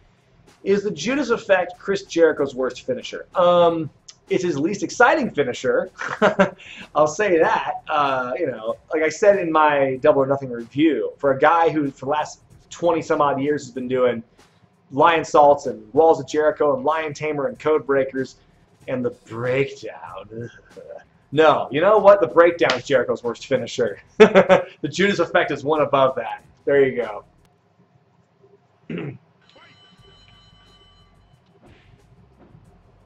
Yeah. Shit. Thanks for making me remember about the Breakdown. Mega Jetty, $2. Super chat. Got a photo with Daniel and Johnny. Who are they? I don't know. You know I don't speak Spanish. Why does the Breakdown suck? It's just like, it's not a very good move, and it's like, the Skull Crushing finale is essentially what it is. But it's like, I don't know, Jericho's delivery would have kind of sucked.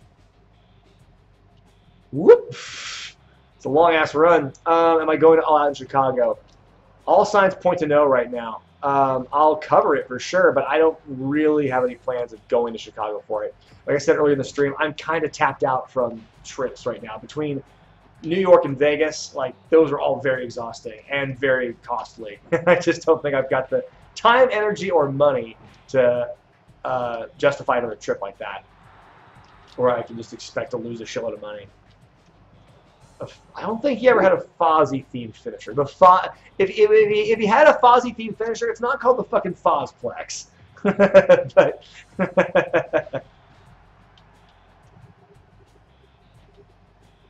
Chris Jericho's worst finisher is Miz's best finisher. Yes, because his figure 4 is also shit, Miz's. So yeah, I would put the Skull Crushing finale over that. The Fozzy flop. The Moon Goose McQueen salt. Do you want to know how much of a mark I was when I first saw Fozzy and they talked about how Moon Goose McQueen and they emphasized it wasn't Jericho? I believed them. And I'm listening to the album like, he sounds like Jericho, but I believe these guys have been in Japan for 10 years, held hostage. Oh, Daniel and Johnny from Karate Kid and Cobra Kai. Thank you, Mega Jetty. $2 super chat.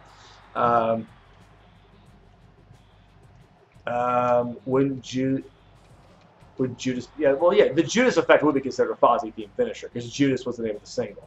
Absolutely. So, which, goddamn, that song has been in my head all the time since Vegas, since Double or Nothing. God damn, it's such a good hook. That's such good shit. The Fozzy bar. Ah! The Fozzy bar. The Foz Knuckle Shuffle. Guys, stop. Stop that right now. We're not doing this. My favorite non-wrestling game, probably like the GTA series. I haven't played Red Dead, so I can't say that definitively, but I really enjoyed the GTA games. Although, in retrospect, 3 is the worst of the GTA games in like the new of that era, because you can't fucking swim and you can barely control the camera. All right, Al, you don't want to go up there? Fine, I'll fucking bring you up there myself. Nah.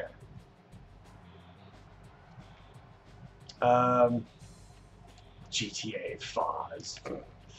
You guys are the worst. Boom! And you maintain the bridge for the pinfall. 2, 3.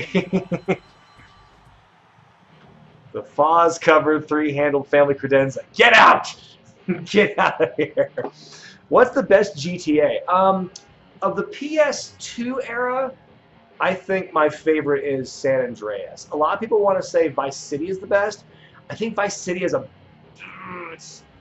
I like the aesthetic of GTA Vice City because it's the cool, like the Scarface, the 80s vibe and everything. But I think I just appreciate the early 90s vibe of San Andreas better, and I think the map is more fun. Like Vice City still feels really insular compared to, like, if you could, you know, it's like the bridge between 3 and San Andreas, for example. San Andreas really felt open, and I love how 4 felt. The New York, the Manhattan mark in me, the person who just has this romantic feeling about New York City, loved GTA 4 for that, and GTA 5 just for its epicness and how beautiful the game looks. I look for that as well.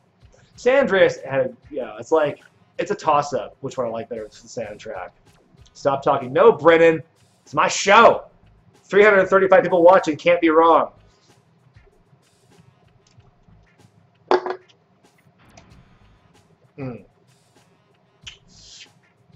The boiler room was used more in the Atzer than Bart Gunn.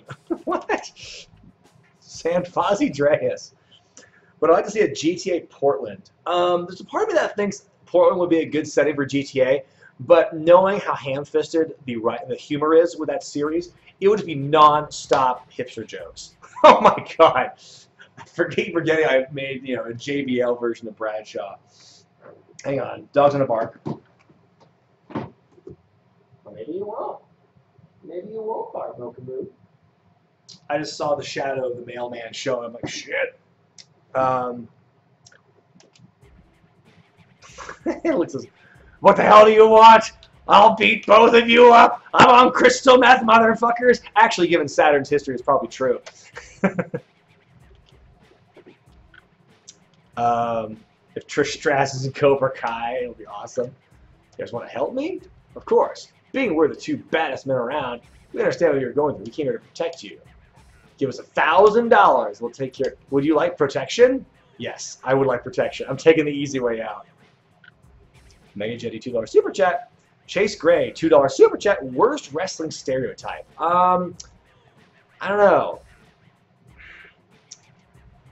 We are men of our words. I'm trying to think because, like, there's a lot of stereotypes. Like, if you're talking about, like, character stereotypes, probably, sure, I don't know. I don't know. I think the redneck stereotype is kind of overplayed. Only a few of those guys could do it really well. Let's see here. Okay, let me try and lose a match. Thank you, Jay. Free from anxiety. A day later, Saturn didn't know Taka was waiting for him. Is your belt aligned 24/7? I'm going to kick the tar out of you. The foreign heel is also a big stereotype I don't like. Hey, hold on a second. Oh shit. You should face me first. Saturn, this is my job. Go to your locker room. While Farouk's taking care of Taka, Saturn enters the room and Vince is talking. Good work. You always seem to be getting over with the fans. Our next pay-per-view. Yeah, I want to see GTA like in well, it's like it sucks because like if you put it in England, people would hate the fact you have to drive on the left side of the road. I tried. What game was that? Oh God, there was a game that came out early 2000s. It was about English crime, and you had to drive from place to place, and a lot of stealth was used. I have to win this one, okay?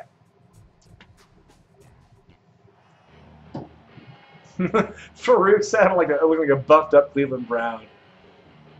The getaway, thank you. Yeah, I remember renting that game, playing it once, and hating it. Like, just, I hated the controls. I hated the stealth aspect of it because I couldn't figure it out. And also the driving sucked because, yeah, it's like you have to drive on the left side of the road. And I never knew that was a thing. I would love to see them maybe return to Vice City, do like make it look like fucking amazing and beautiful. A version of Miami. That'd be really cool.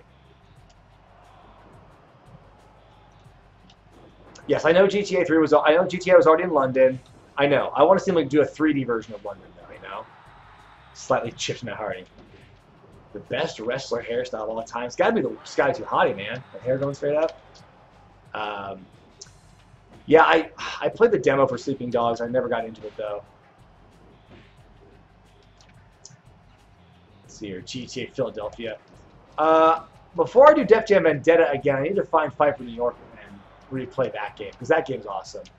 Fight for New York is one of my favorite games. Yeah, GTA in Las Vegas would be really cool.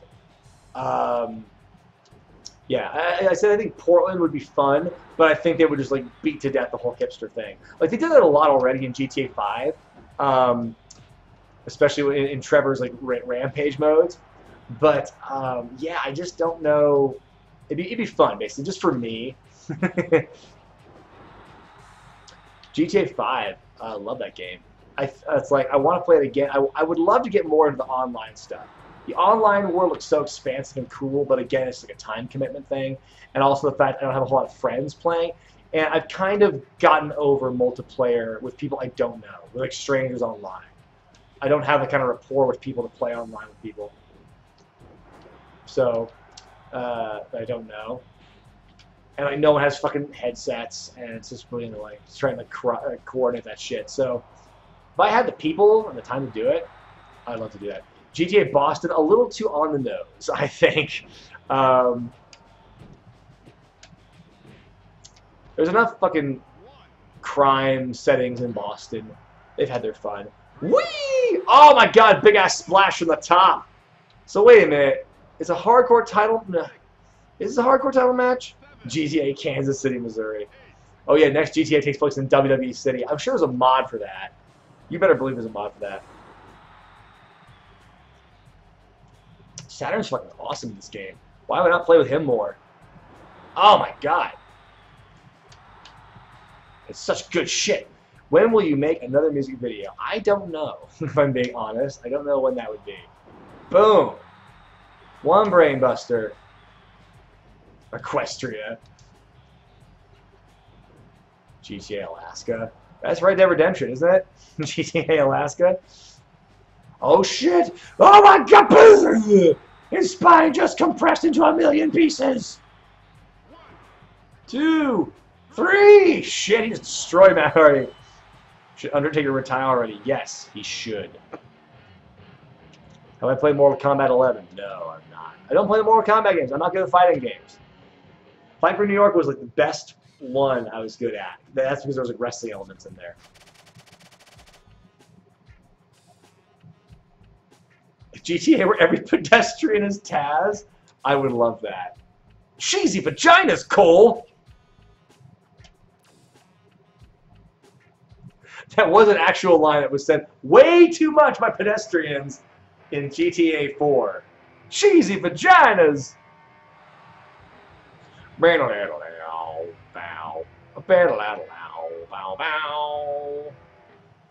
I heard the current hardcore champion is unbeatable. I want to be the first to beat him. Saturn! I would really like the chance to prove myself to you and challenge you.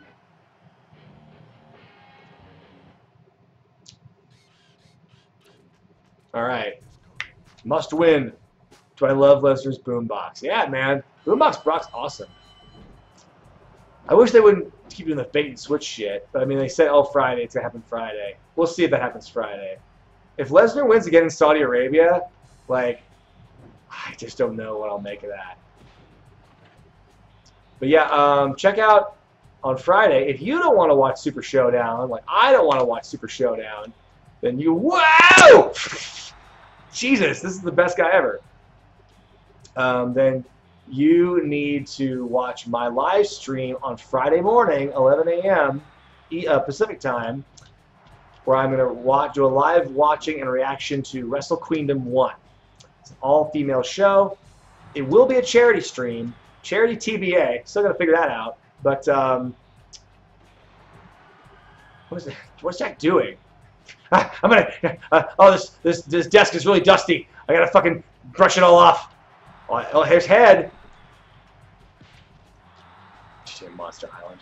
Kayfabe news is awesome. Yeah. Here we go. Oh, the knees.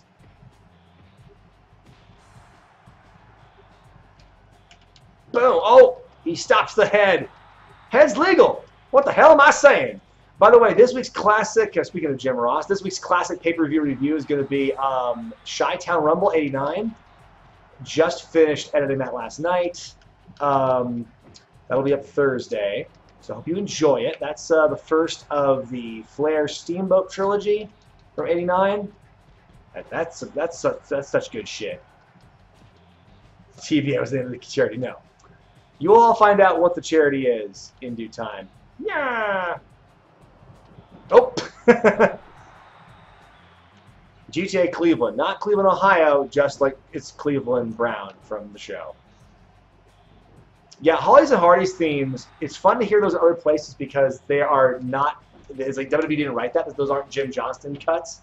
So it's like, those are like royalty free or something, or they had to buy the rights for them. So yeah, I've heard like Bob Holly's theme in movies, and like, I think I heard it in a car commercial once. Same thing with the Hardy Boys. It's funny. Okay, let's get another weapon.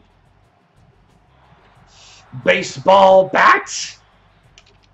Oh, fucking hell! Would you sell a move? Sell a weapon shop, please? Foley.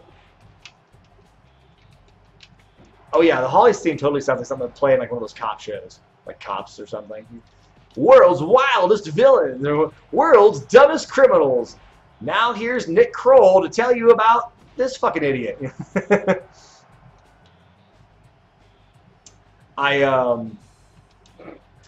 The more I think about it, the more I realize that Big Hoss McGraw has kind of become my coach Steve, if you're familiar at all with Big Mouth. He's quickly becoming my wacky character with a super tragic backstory.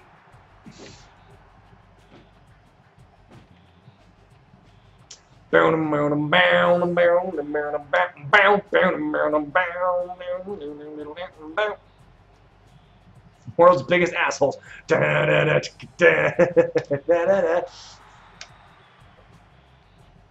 Like, I think Nick Kroll's funny in the show.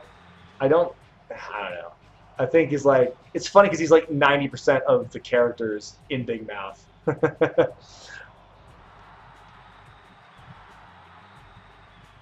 Oh no. If you want to shoot an interview with Big Hoss McGraw talking about the territories, just go get Sex Ferguson's interviews from like high spots, I think. Because Sex Ferguson does Big Hoss better than Big Hoss ever fucking does it, so. Oh man. Boom! Brain buster! Have I seen Perry Saturn nowadays? Mega Jetty 1 with $2 super chat. Plug in this video. Check out my Mega Jetty 1 versus Disney Star Wars video. That is a curious sounding combo. Dan Mount, I can confirm. That's all I'm going to say. What would Big Hoss McGraw think of Alley Cat? He probably just wants some of the catnip gimmick. Here is the new hardcore champ. I'm still the hardcore. I never lost the hardcore champion. Chip.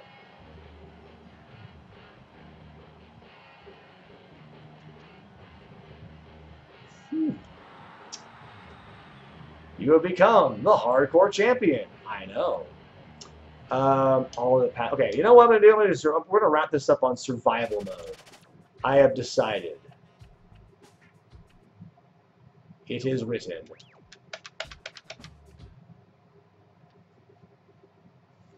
Have I ever asked you?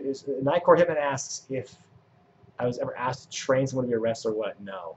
Don't look to me for training. No. Don't. Enter the fucking Jonah Hill gif. The fucking this thing. No. GTA Hawaii would be fun, but it'd be all driving.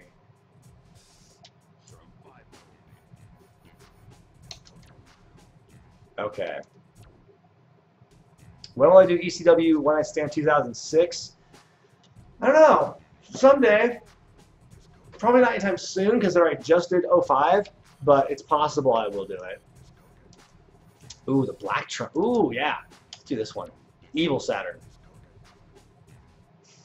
GTA Flint, Michigan. That's actually pretty funny because, like in the original 3D GTA games, if you land in the water, you'll just die automatically. that's too soon. I'm sorry. Fucking GTA Montanui. Shut up. We share everything we make. We joke as we leave our baskets. They're coming from the sea. Adventure Bay. Come on, guys. Don't play to my sentiments as a fucking dad of toddlers. There we go. Bully Ray, everyone's favorite wrestler now. Gerald Briscoe. Stone Cold Steve Austin. Boom. Run away! Yeah, piece of trash. Boom. But, not fast enough. Just gonna spam with this fucking leg sweep. Everyone tells me that's the way you're supposed to do it. Oh, for fuck's sake. Boom. And the boom. Nah, too much of an angle. Not gonna work. What's a video game series I want to see come back? I don't know. The last video game series I got really into was fucking Guitar Hero, and I don't recommend that. Ah! Killing me, Steve Austin.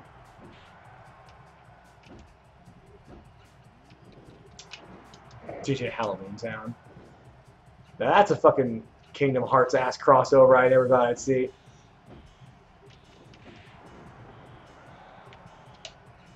Boosh!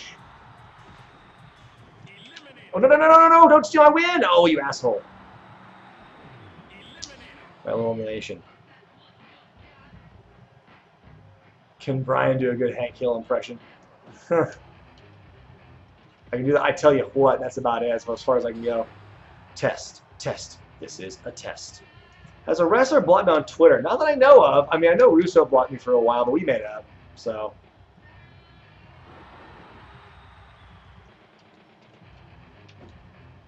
Boosh. Said a boosh. And a boosh. How'd you go, bitch? I gotta find more failed companies for sure. Clone, here we go. Look at the devious smile of Al Snow. Oh, man, I missed it. Oh shit, super kick right at the gate.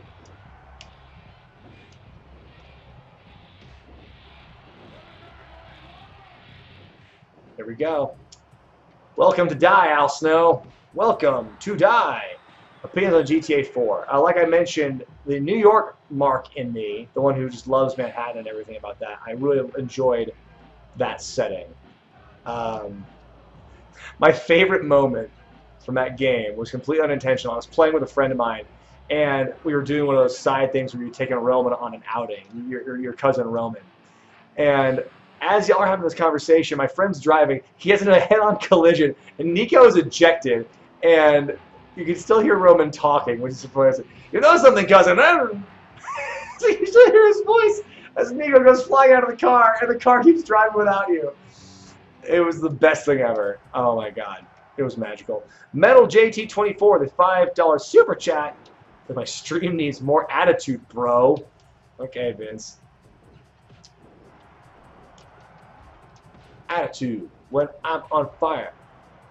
Juice on the juice, electric wire. That's probably not the right rhyme, but whatever. Boom.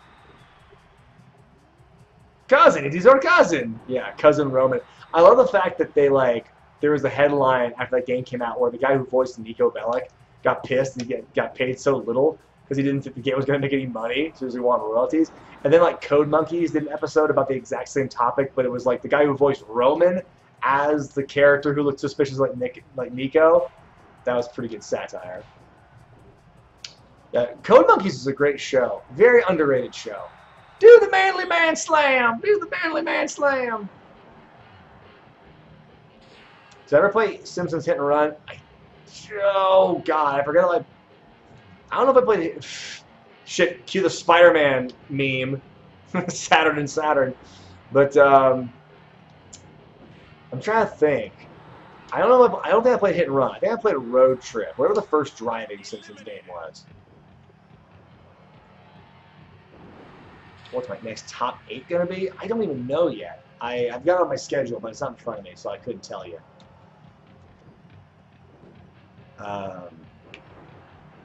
Did Savage sleep with Stephanie? I don't think so. That sounds like completely overblown rumor.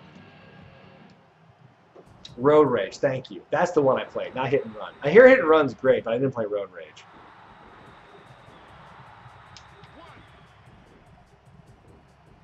Vince Russo blocked me from after the Russo Will Change Your Life skit I did.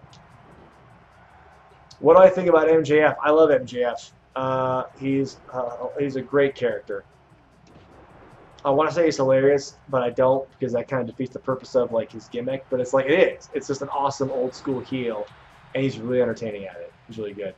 Can I do Rings of Saturn? Maybe.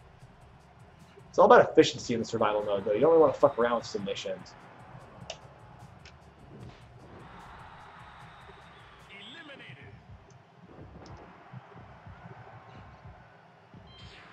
Yeah, he did unblock. Yeah, he did unblock me. We made up, like I said. No doubt about it, Cole. My favorite show is Wrestling with Regret, Cole. It's amazing. You did such good work there, Brian St. Cole. Soup bones, ham hocks. The biggest hitch I've ever seen in WWE. What do you mean? Like the trailer hitch that brought the trailer that dragged Dustin Rhodes and Blacktop Bully in the King of the Road match? That kind of hitch? Here we go. You want to see Rings of Saturn? You'll get your Rings of fucking Saturn right here. Taz, why are you trying to stomp me? It benefits everyone.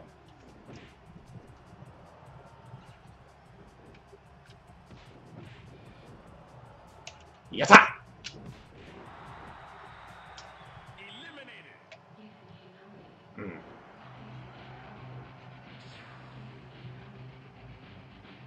Do you think Cornette will outlive Russo and piss on his grave? I don't know. Probably. I don't know. I'm not sure. I'm not sure if he'll ever get around to it. Come on. Ah, not close enough to the ropes. Right in the yam bags. There are some funny notes on commentary I have for Chi-Town Rumble 89. Madam TA and JR said some funny stuff occasionally during the show that made me laugh. Best part is Madam TA referring to Japanese wrestlers as the Orientals in 1989. It was a different time then. That's just how we knew them. Who cares? It's Hardcore Holly.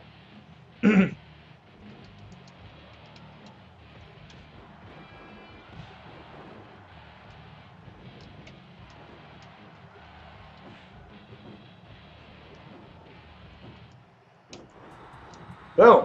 Get out. Fuck you. Get out of the ring. Get out of my ring. Whoop. There you go.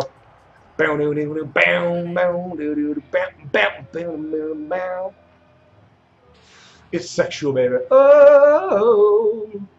And I'll give it all to you. You're right on.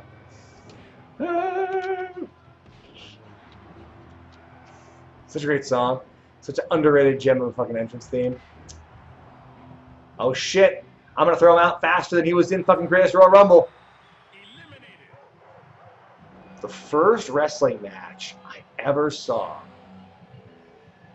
The first wrestling match I remember, probably, I don't know, some WCW match. I can't remember the first match I ever saw.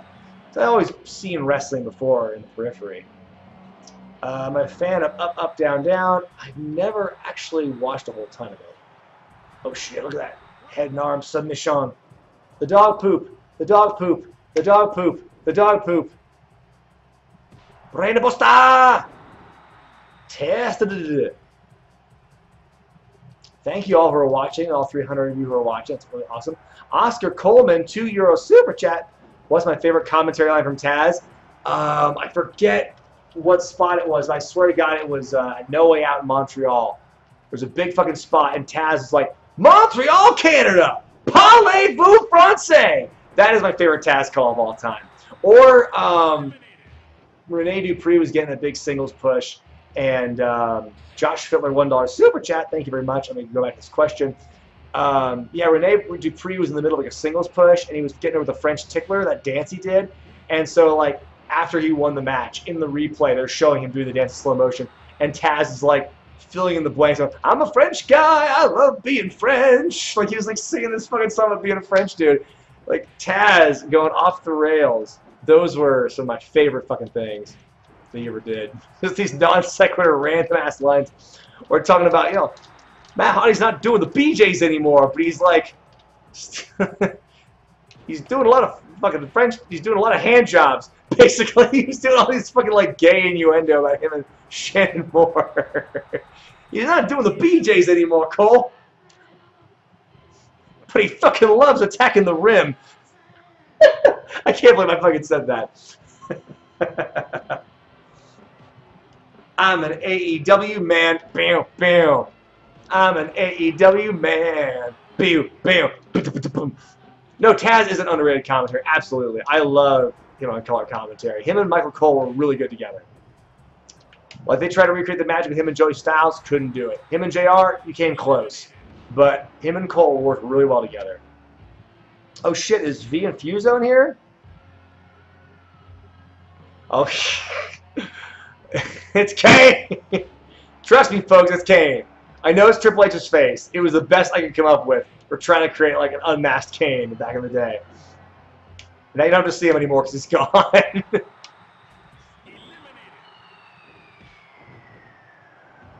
My favorite Rumble match. I don't know. 92 is a good one to fall back on as a classic. I'm trying to remember how this year's went with Seth Rollins winning. I think this year's wins for like a recent one for me, just on the merit of Jeff Jarrett showing up in his old fucking and multiple suspender gimmick.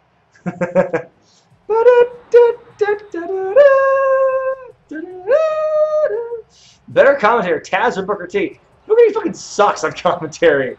Like, when it was him as part of the three-man team on Raw before he got replaced by Coach, it was abysmal. That was the dark times for Raw on commentary with Booker T there. Like, he's funny, but God, they couldn't stop making fun of him because he was so crazy. Kip Clips, I have talked about the Bully Ray thing. Hello, by the way, Kip Clips. Fellow YouTuber in the house.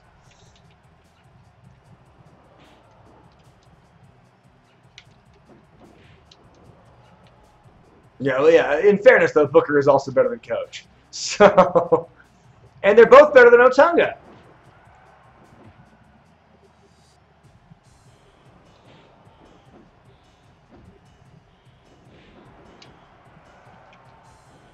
Oh, cut Devon off in the middle of his spinning elbow.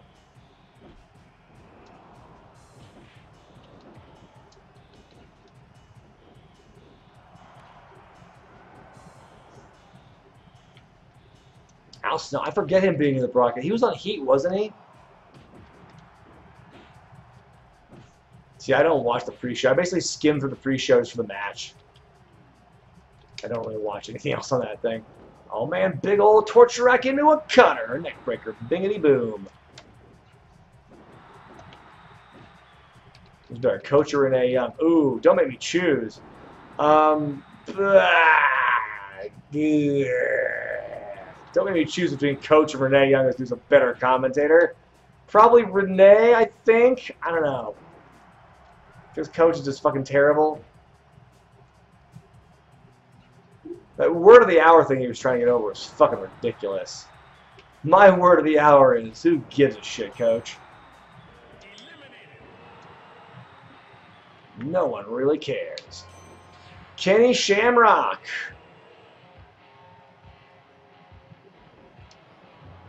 Oh shit. Boom boom boom boom boom boom boom boom boom. How much does this guy weigh?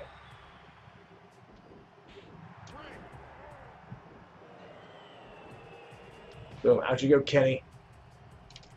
You lasted about as long as you did in TNA. Oh!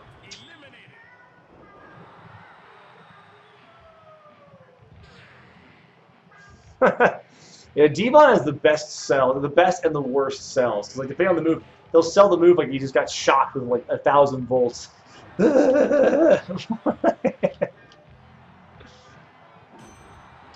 Bygones internally. Pimpin' ain't easy, man. Pimpin' ain't easy, man. Pimpin' ain't easy, man. Pimpin' ain't easy, man. You know what? A Mike Adamle video is in the works, but it's especially awkward to talk about it when you when the realization that he has, you know, he's been diagnosed with CTE or dementia or something, or it's Alzheimer's, one of those things. But it's like it kind of explains a lot of the stuff he was going through, I think.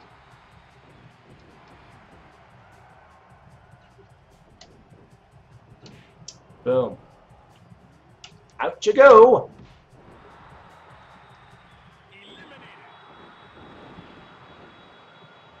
Who's next? Well, it's the Richards. Dun, dun, dun, dun. Stevie Richards still having his post-Big Show surgery.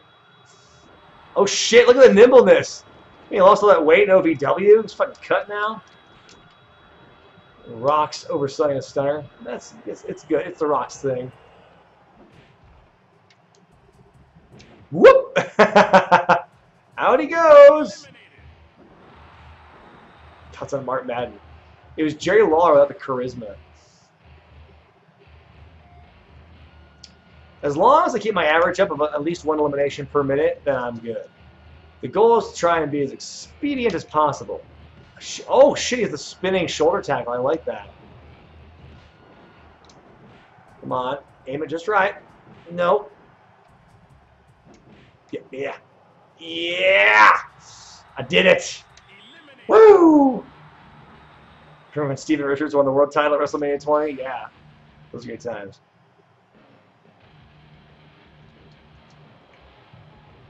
Double powerbomb to Benoit! Boosh! The Radicals implode. Oh shit. We're just getting all the karma in on fucking Benoit now. Oh man, who knew Saturn and Godfather was such a good team? Just busting out the double team moves left and right. They will all fall to the sweep kick. Hell yeah.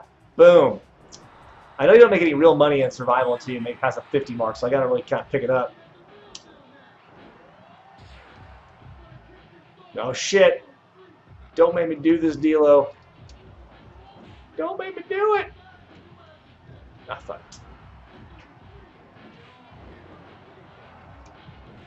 Oh yeah.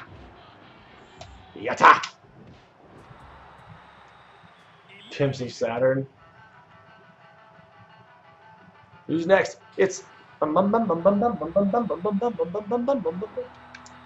unmute my TV and be able to hear it better.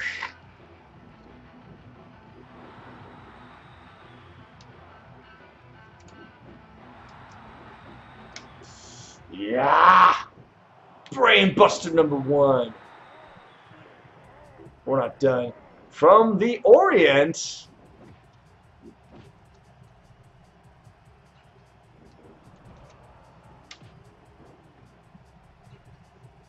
Only 2 men have won with the #1 spot. One of them is Shawn Michaels, and that's all you need to know.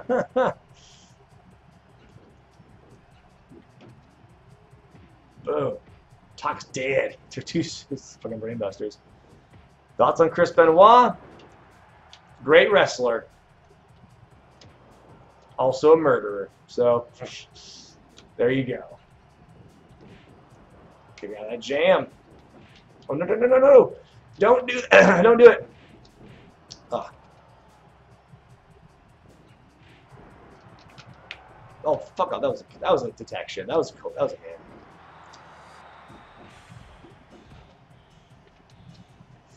So all-American rights.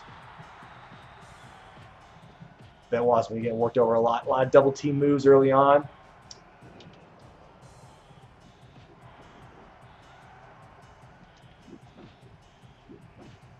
Here we go. Out you go.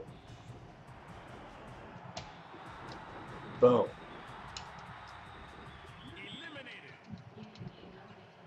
Ah, Steiner line was wasted opportunity. Yeah, I bet. At least some clarity. Should they remove Benoit from the catalog? No, I don't think they can or should.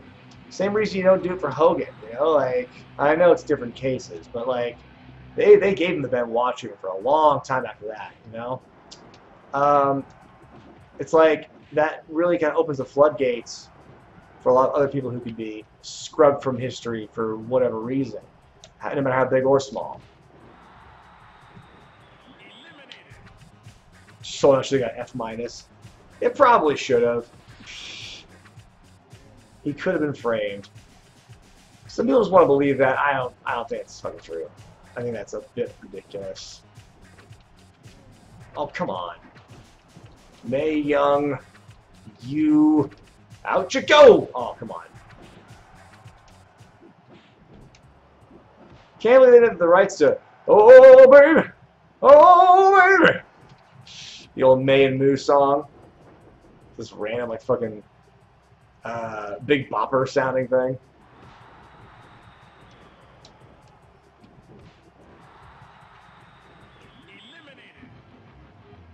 Oh shit. Dye your hair red and point to the sides. It's S.A. Rios. Play SVR 06? Probably. It's been ages. Fucking raddest fucking guitar solo in all of wrestling right here. Wow, wow. Yeah. I got you, S.A.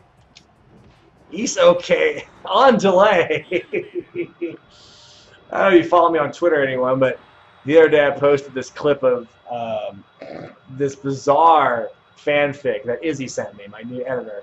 She found this, went to this rabbit hole of fanfic, and found this like fanfic that combined Guy Fieri, Dragon Ball Z, and WWE, and a little bit of Star Wars too, for good measure.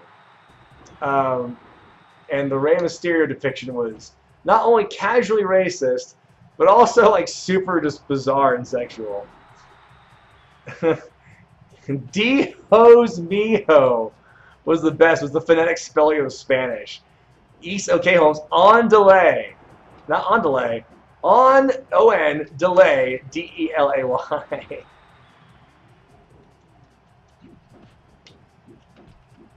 Oh, S.A. Risk is a shout out and commentary and his entrance. That's awesome.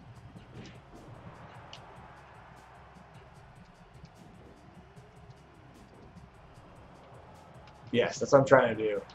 But you gotta get him in the right position. You can't just be doing that move willy-nilly and expect him to go right to the ropes.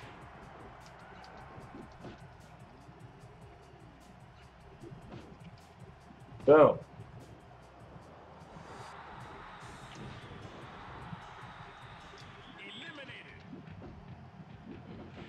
Ah. Wow. Yeah, there will definitely be some like dramatic readings or some character readings of the fanfic for sure. Like I kind of want to turn into a segment now. Brian reads wrestler fanfic.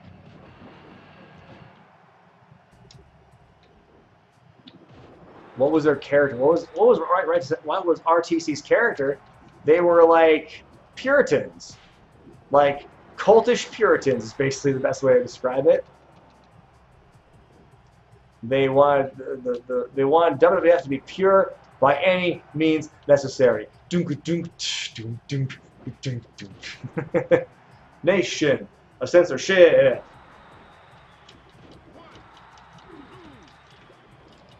Why was Andre in this game? It's a good question. They would put Andre in a lot of these games unnecessarily. Especially because like Big Show's not in this game. It's like, why do you even bother to get Andre in here? You can't have Battle of the Giants. You gotta make it yourself. It's not the same though.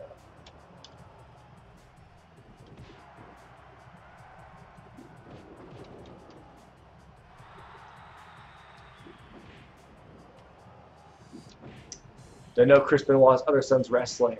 I heard he was training. I actually met David Benoit in Vegas, my last day there.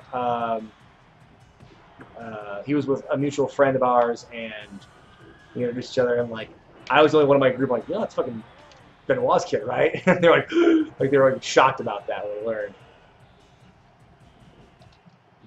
Whoop! Out he goes. The reason is it's not a calls it weeding with regret. Oh my god. No, it'd be reading with a W, basically. Weeding with regret.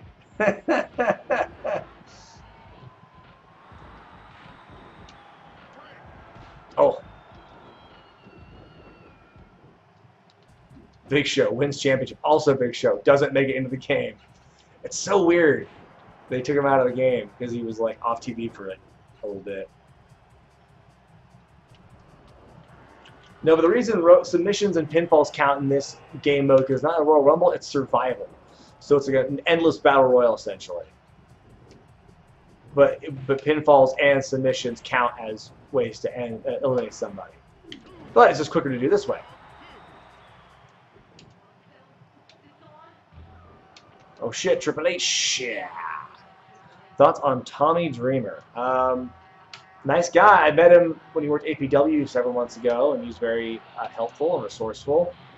So, nothing but good things to say about him. Air conditioner's fucking blasting right now. I'm going to just turn my AC off real quick, because I'm getting cold. Ah, my Zoob ass, show off my Zoobs. Oh, sitting for a long time. Oh, my God, I'm tired. Tired and hungry. Okay. Yeah, I'm getting lunch after this for sure. Oh my goodness. Boom.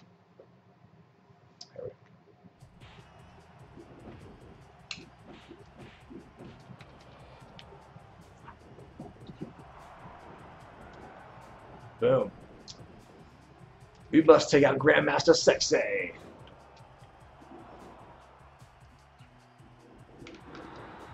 Ah, come on, take a bump out. I love some tots. Tots are extremely underrated, by the way. This is actually more LSU than Minnesota. I guess you could argue Minnesota Vikings. But I associate more with LSU because I bought these like before my trip to New Orleans for Mania. So, yeah.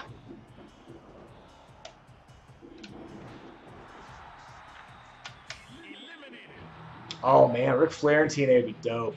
Try and cover. Ha-ha!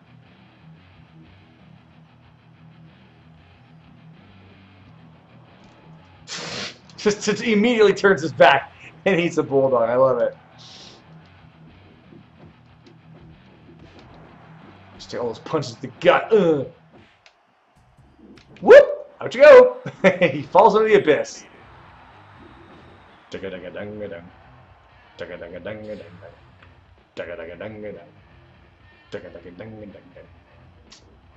Thoughts on Public Enemy?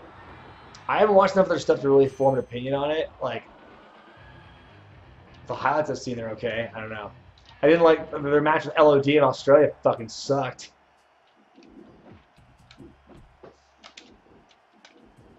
Oh shit. No. Can't be hitting me. Yeah. Yeah. Yeah. He's done. Godfather is done. I think he's been there longer than anyone besides me.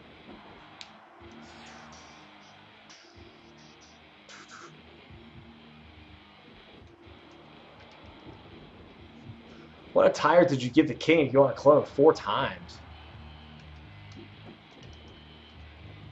Oh shit, double powerbomb. It was on the Robin Down Under show, yeah. Yeah, I mean, I've seen Public Enemy. I know how they weren't treated very well in WWF because they were shit. They had bad attitudes and stuff. But what the? What the? Out you go. This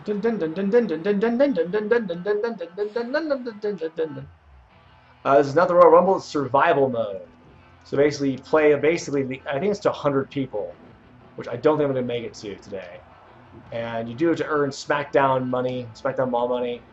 Oh shit, this is the song I gave The Undertaker. I am American Badass. Watch me kick. Radio edit. Oh, sorry, give me a brain buster right away.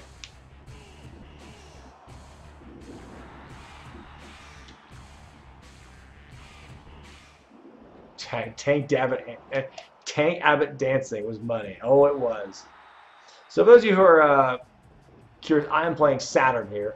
Last ride, boom.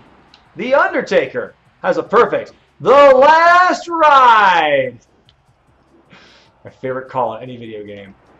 It's Michael Cole. It's being Michael Cole. Hey, don't forget about me. I also love the when you pause the game and you unpause it, like you hear Taz, let's get to it. Like he knows you took a pause.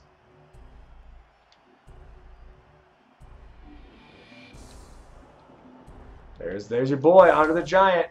Has no reason to be in this game.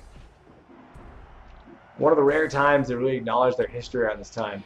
I think like one of the things that really made the Attitude Era stand out, not just the stories and the characters, but also the fact they made this concerted effort to like distance themselves from any and all like history of what wrestling and what WWF used to be, and they formed their own identity and they kind of rejected the old guard. That was their whole vibe, and it worked. And so it's like maybe it's correlation, not causation, but the fact that like they spend so much time honoring the past and putting over these things from the past in lieu of the new things.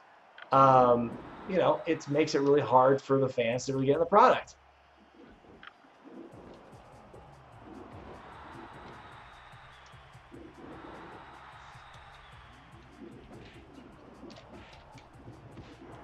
Oh shit. Rikishi with the first non-me elimination. Actually, no, the second non-me elimination, but the first one in a long time. First one in like 25 minutes. Judgment Day. No, Michael Cole had a reason to be in the game, just like fucking JR and Lawler did, and Briscoe and Patterson. They were characters and part of the show.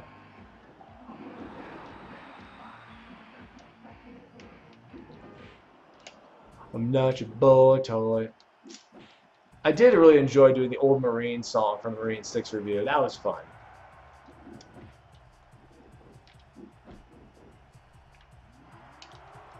Come on, get him. Yeah! Crotch him. I'm getting tired all of a sudden. God bless it.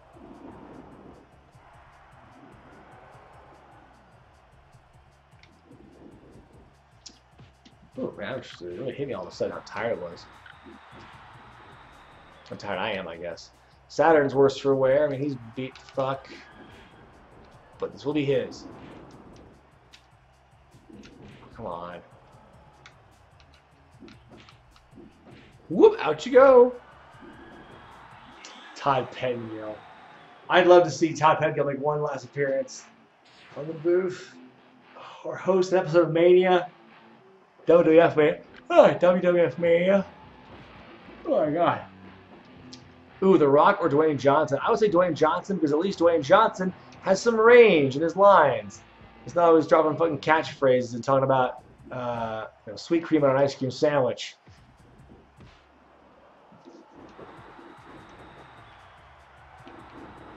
Whatever happened to Kevin Kelly? He's doing commentary for Ring of Honor and other places, I believe. He and shit, what's his name? Josh Barnett.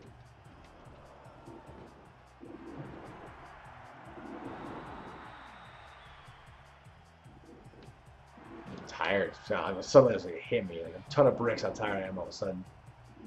Oh, falls on his ass. Oh shit, he's gonna get the big man up for a brain imposter to the Giant! Perry is the semi-wrestling hero, Mr. Papa of the Ring. Get out! Get out of that nonsense.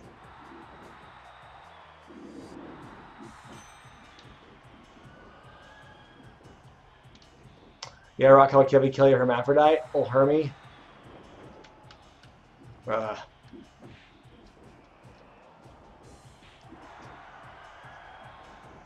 Will Liger get in the Hall of Fame next year?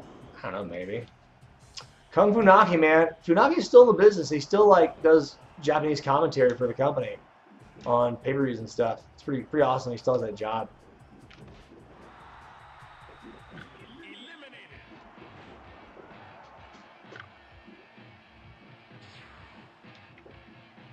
When it comes crashing down and it's Pat Patterson.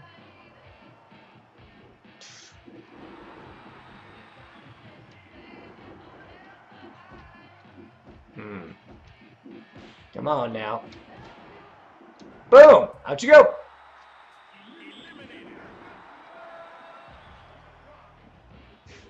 Andre can't live Rikishi, but Saturn can live Andre. Of course!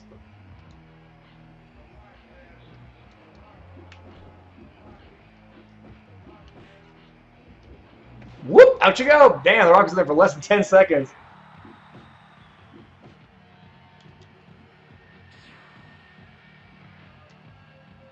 Swat them bees. Swat them bees. Fuck your rules, man.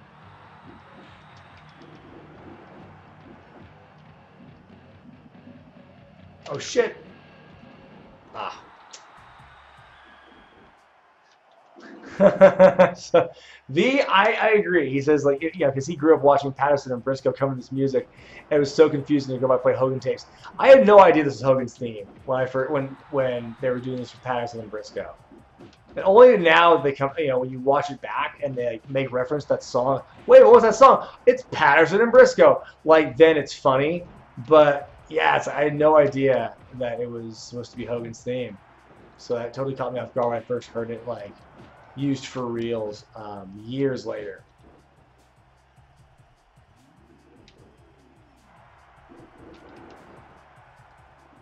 Oh my God, Northern Lights.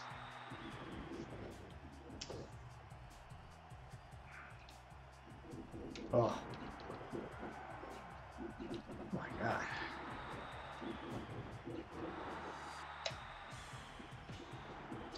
Would TNT be okay with a stapler spot or things for like for a weekly AEW show? I don't know. I mean, if it's on prime time, they have a little more leeway with what they can do.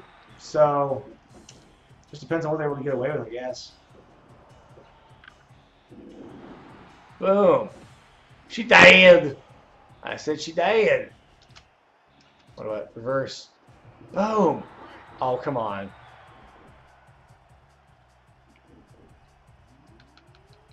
Thanks, Martin.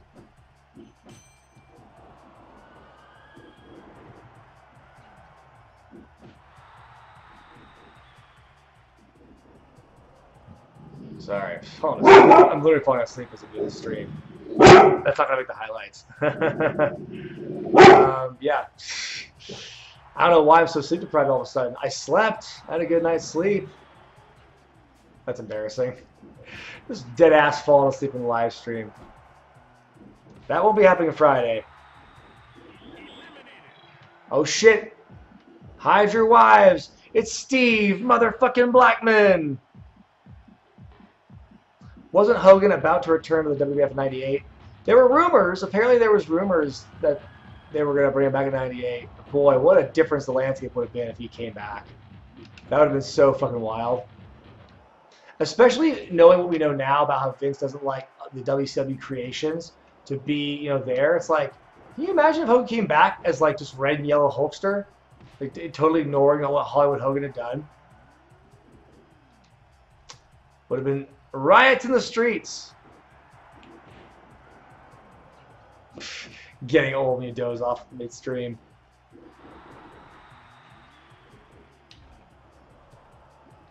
Ugh.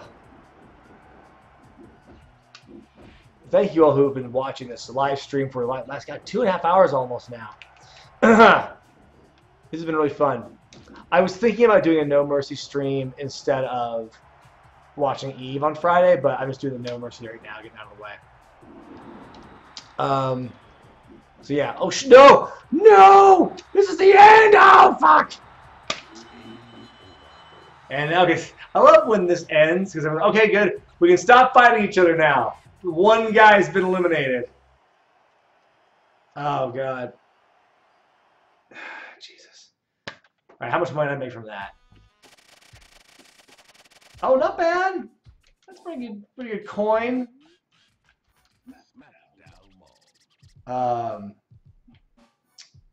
Social Injustice Warrior asked if I worked with OSW. I talked about this earlier today. I have met Jay Hunter in person, and I did want to meet up with him in Vegas this year for all or nothing, or double or nothing. But yeah, then his mom passed away suddenly, and so he couldn't make it. So that was very sad. But yeah, I like OSW, and I'd like to work with him more.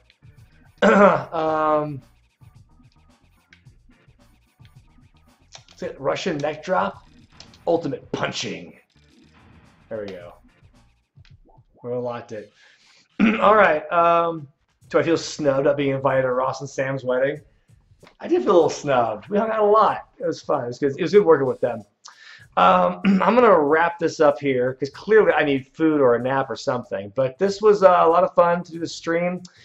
Thank you all for watching it. I remind you to check out the latest episode of Do It For The Content, which is out now on the channel. Levi Shapiro versus Alley Cat for the YouTube title in an empty arena match.